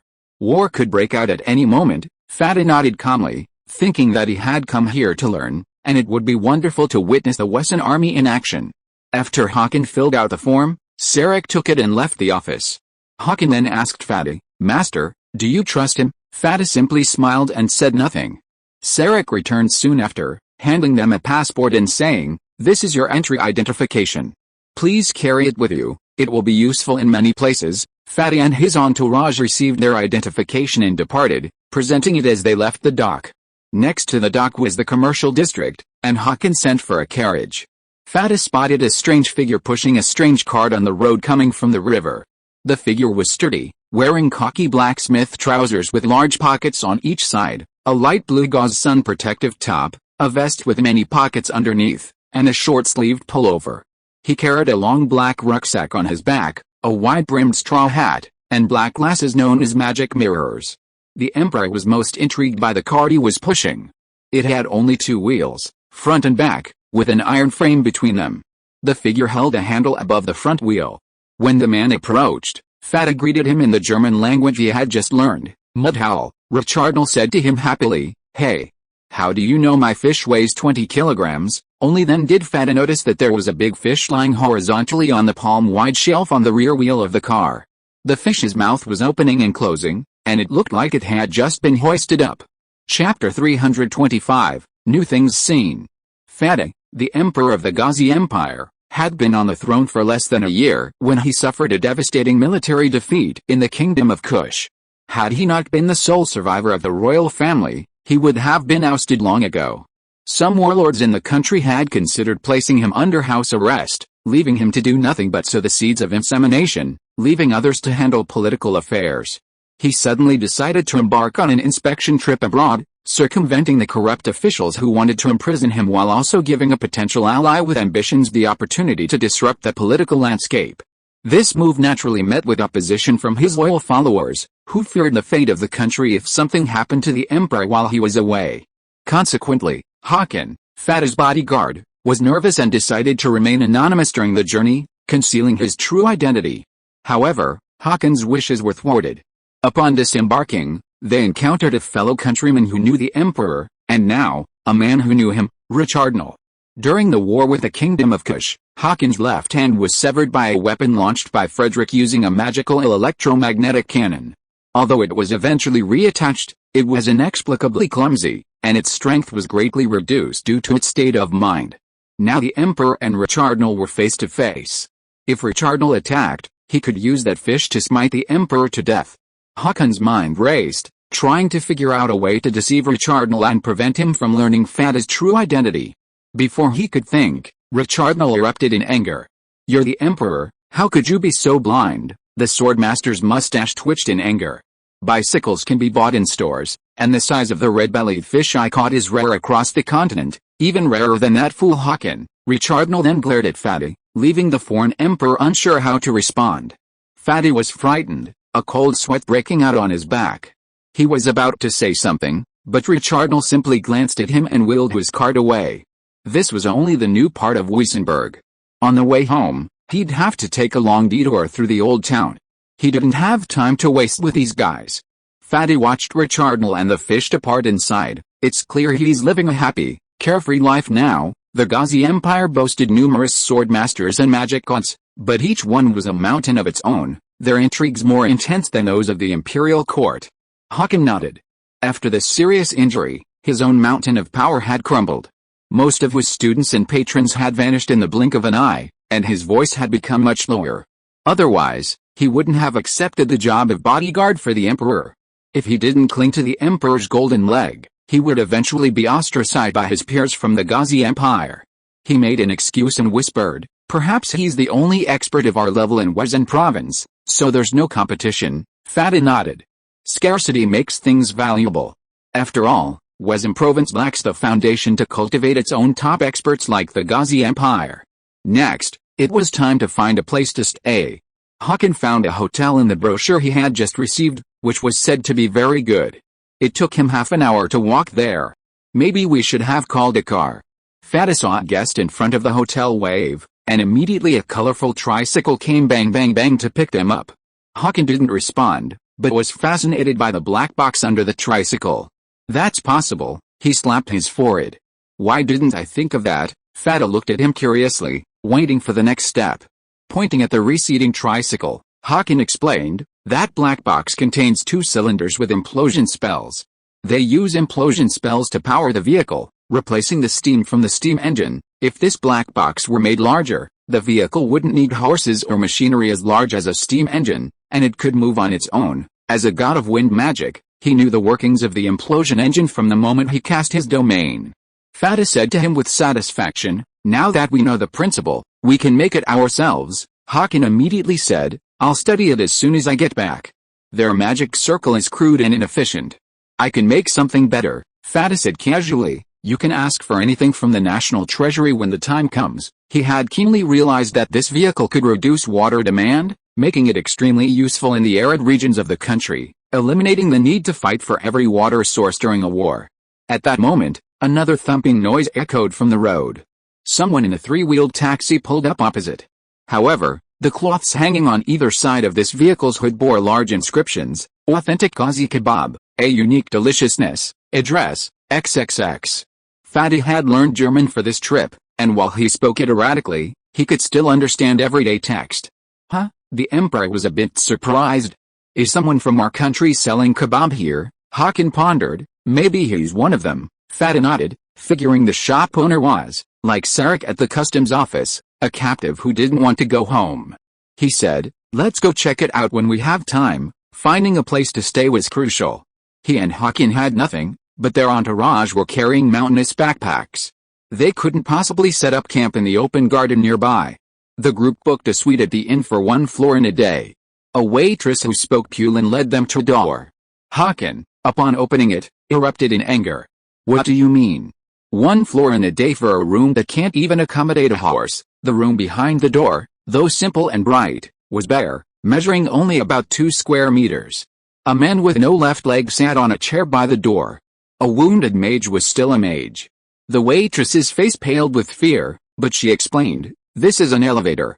It'll take us directly to the 5th floor." The elevator was a bit small, and the guests were carrying large backpacks, so they had to take it in 2 separate trips. The waitress led the group into the elevator. The one-legged operator pressed the up button, and the entire room began to move upwards. "That's great," Hakan said, a little embarrassed. "I'd like to install one in my mage tower." He used his domain to explore the elevator system and discovered a tricycle-like engine at the top, pulling the small iron-framed, wooden room upwards with cables. The waiter pointed to a sign on the wall and said, "This is the address of the elevator manufacturer. You can contact them." Hakan had a premonition that his cash box was in jeopardy. Fada kept looking at the man who controlled the elevator. He was in his early 20s and looked strong, but half of his left leg was missing, and his trouser leg was empty. The elevator operator noticed his gaze and smiled, saying, "It was lost on the battlefield." Fada wanted to ask which war he had fought in, but then they arrived at the 5th floor and the waiter took them to the suite. The suite was large, with a master bedroom, a housekeeper's room, 2 servants' rooms, a bathroom with a small bath, and a balcony to the east, with a view of Frederick's castle in the distance. The waiter showed the guests how to use the lights, radio, air conditioning, water heater, and massage chair. Finally, they explained that there was a communication system called the front desk, which could handle food orders, laundry services, and other services. Fada noticed that no chair in his palace could compare to the sofa in the living room in terms of comfort. Next to it was a bookshelf, perfect for reading with a backlight. Every detail was thoughtfully crafted, a touch of convenience and comfort permeating the room. The waiter said with a hint of pride, "From the building to the interior, every detail of our hotel was designed by Duke Wesson, ensuring the utmost convenience for our guests." Fada simply nodded. He had heard of Duke Wesson's exceptional architectural talent. He stepped onto the balcony and gazed across the wall at the back of the hotel. His work lately had been unbearable. Although he was working on the construction site, none of his staff knew how to use Word or Excel, let alone CAD, making it impossible to get work done. End of this chapter. Thank you so much for reading until the end. Don't forget to give it a like. Looking for more exclusive content and immediate access? Subscribe to our Patreon. Remember, every like, subscription or donation encourages us to continue. Thank you all. See you in the next video.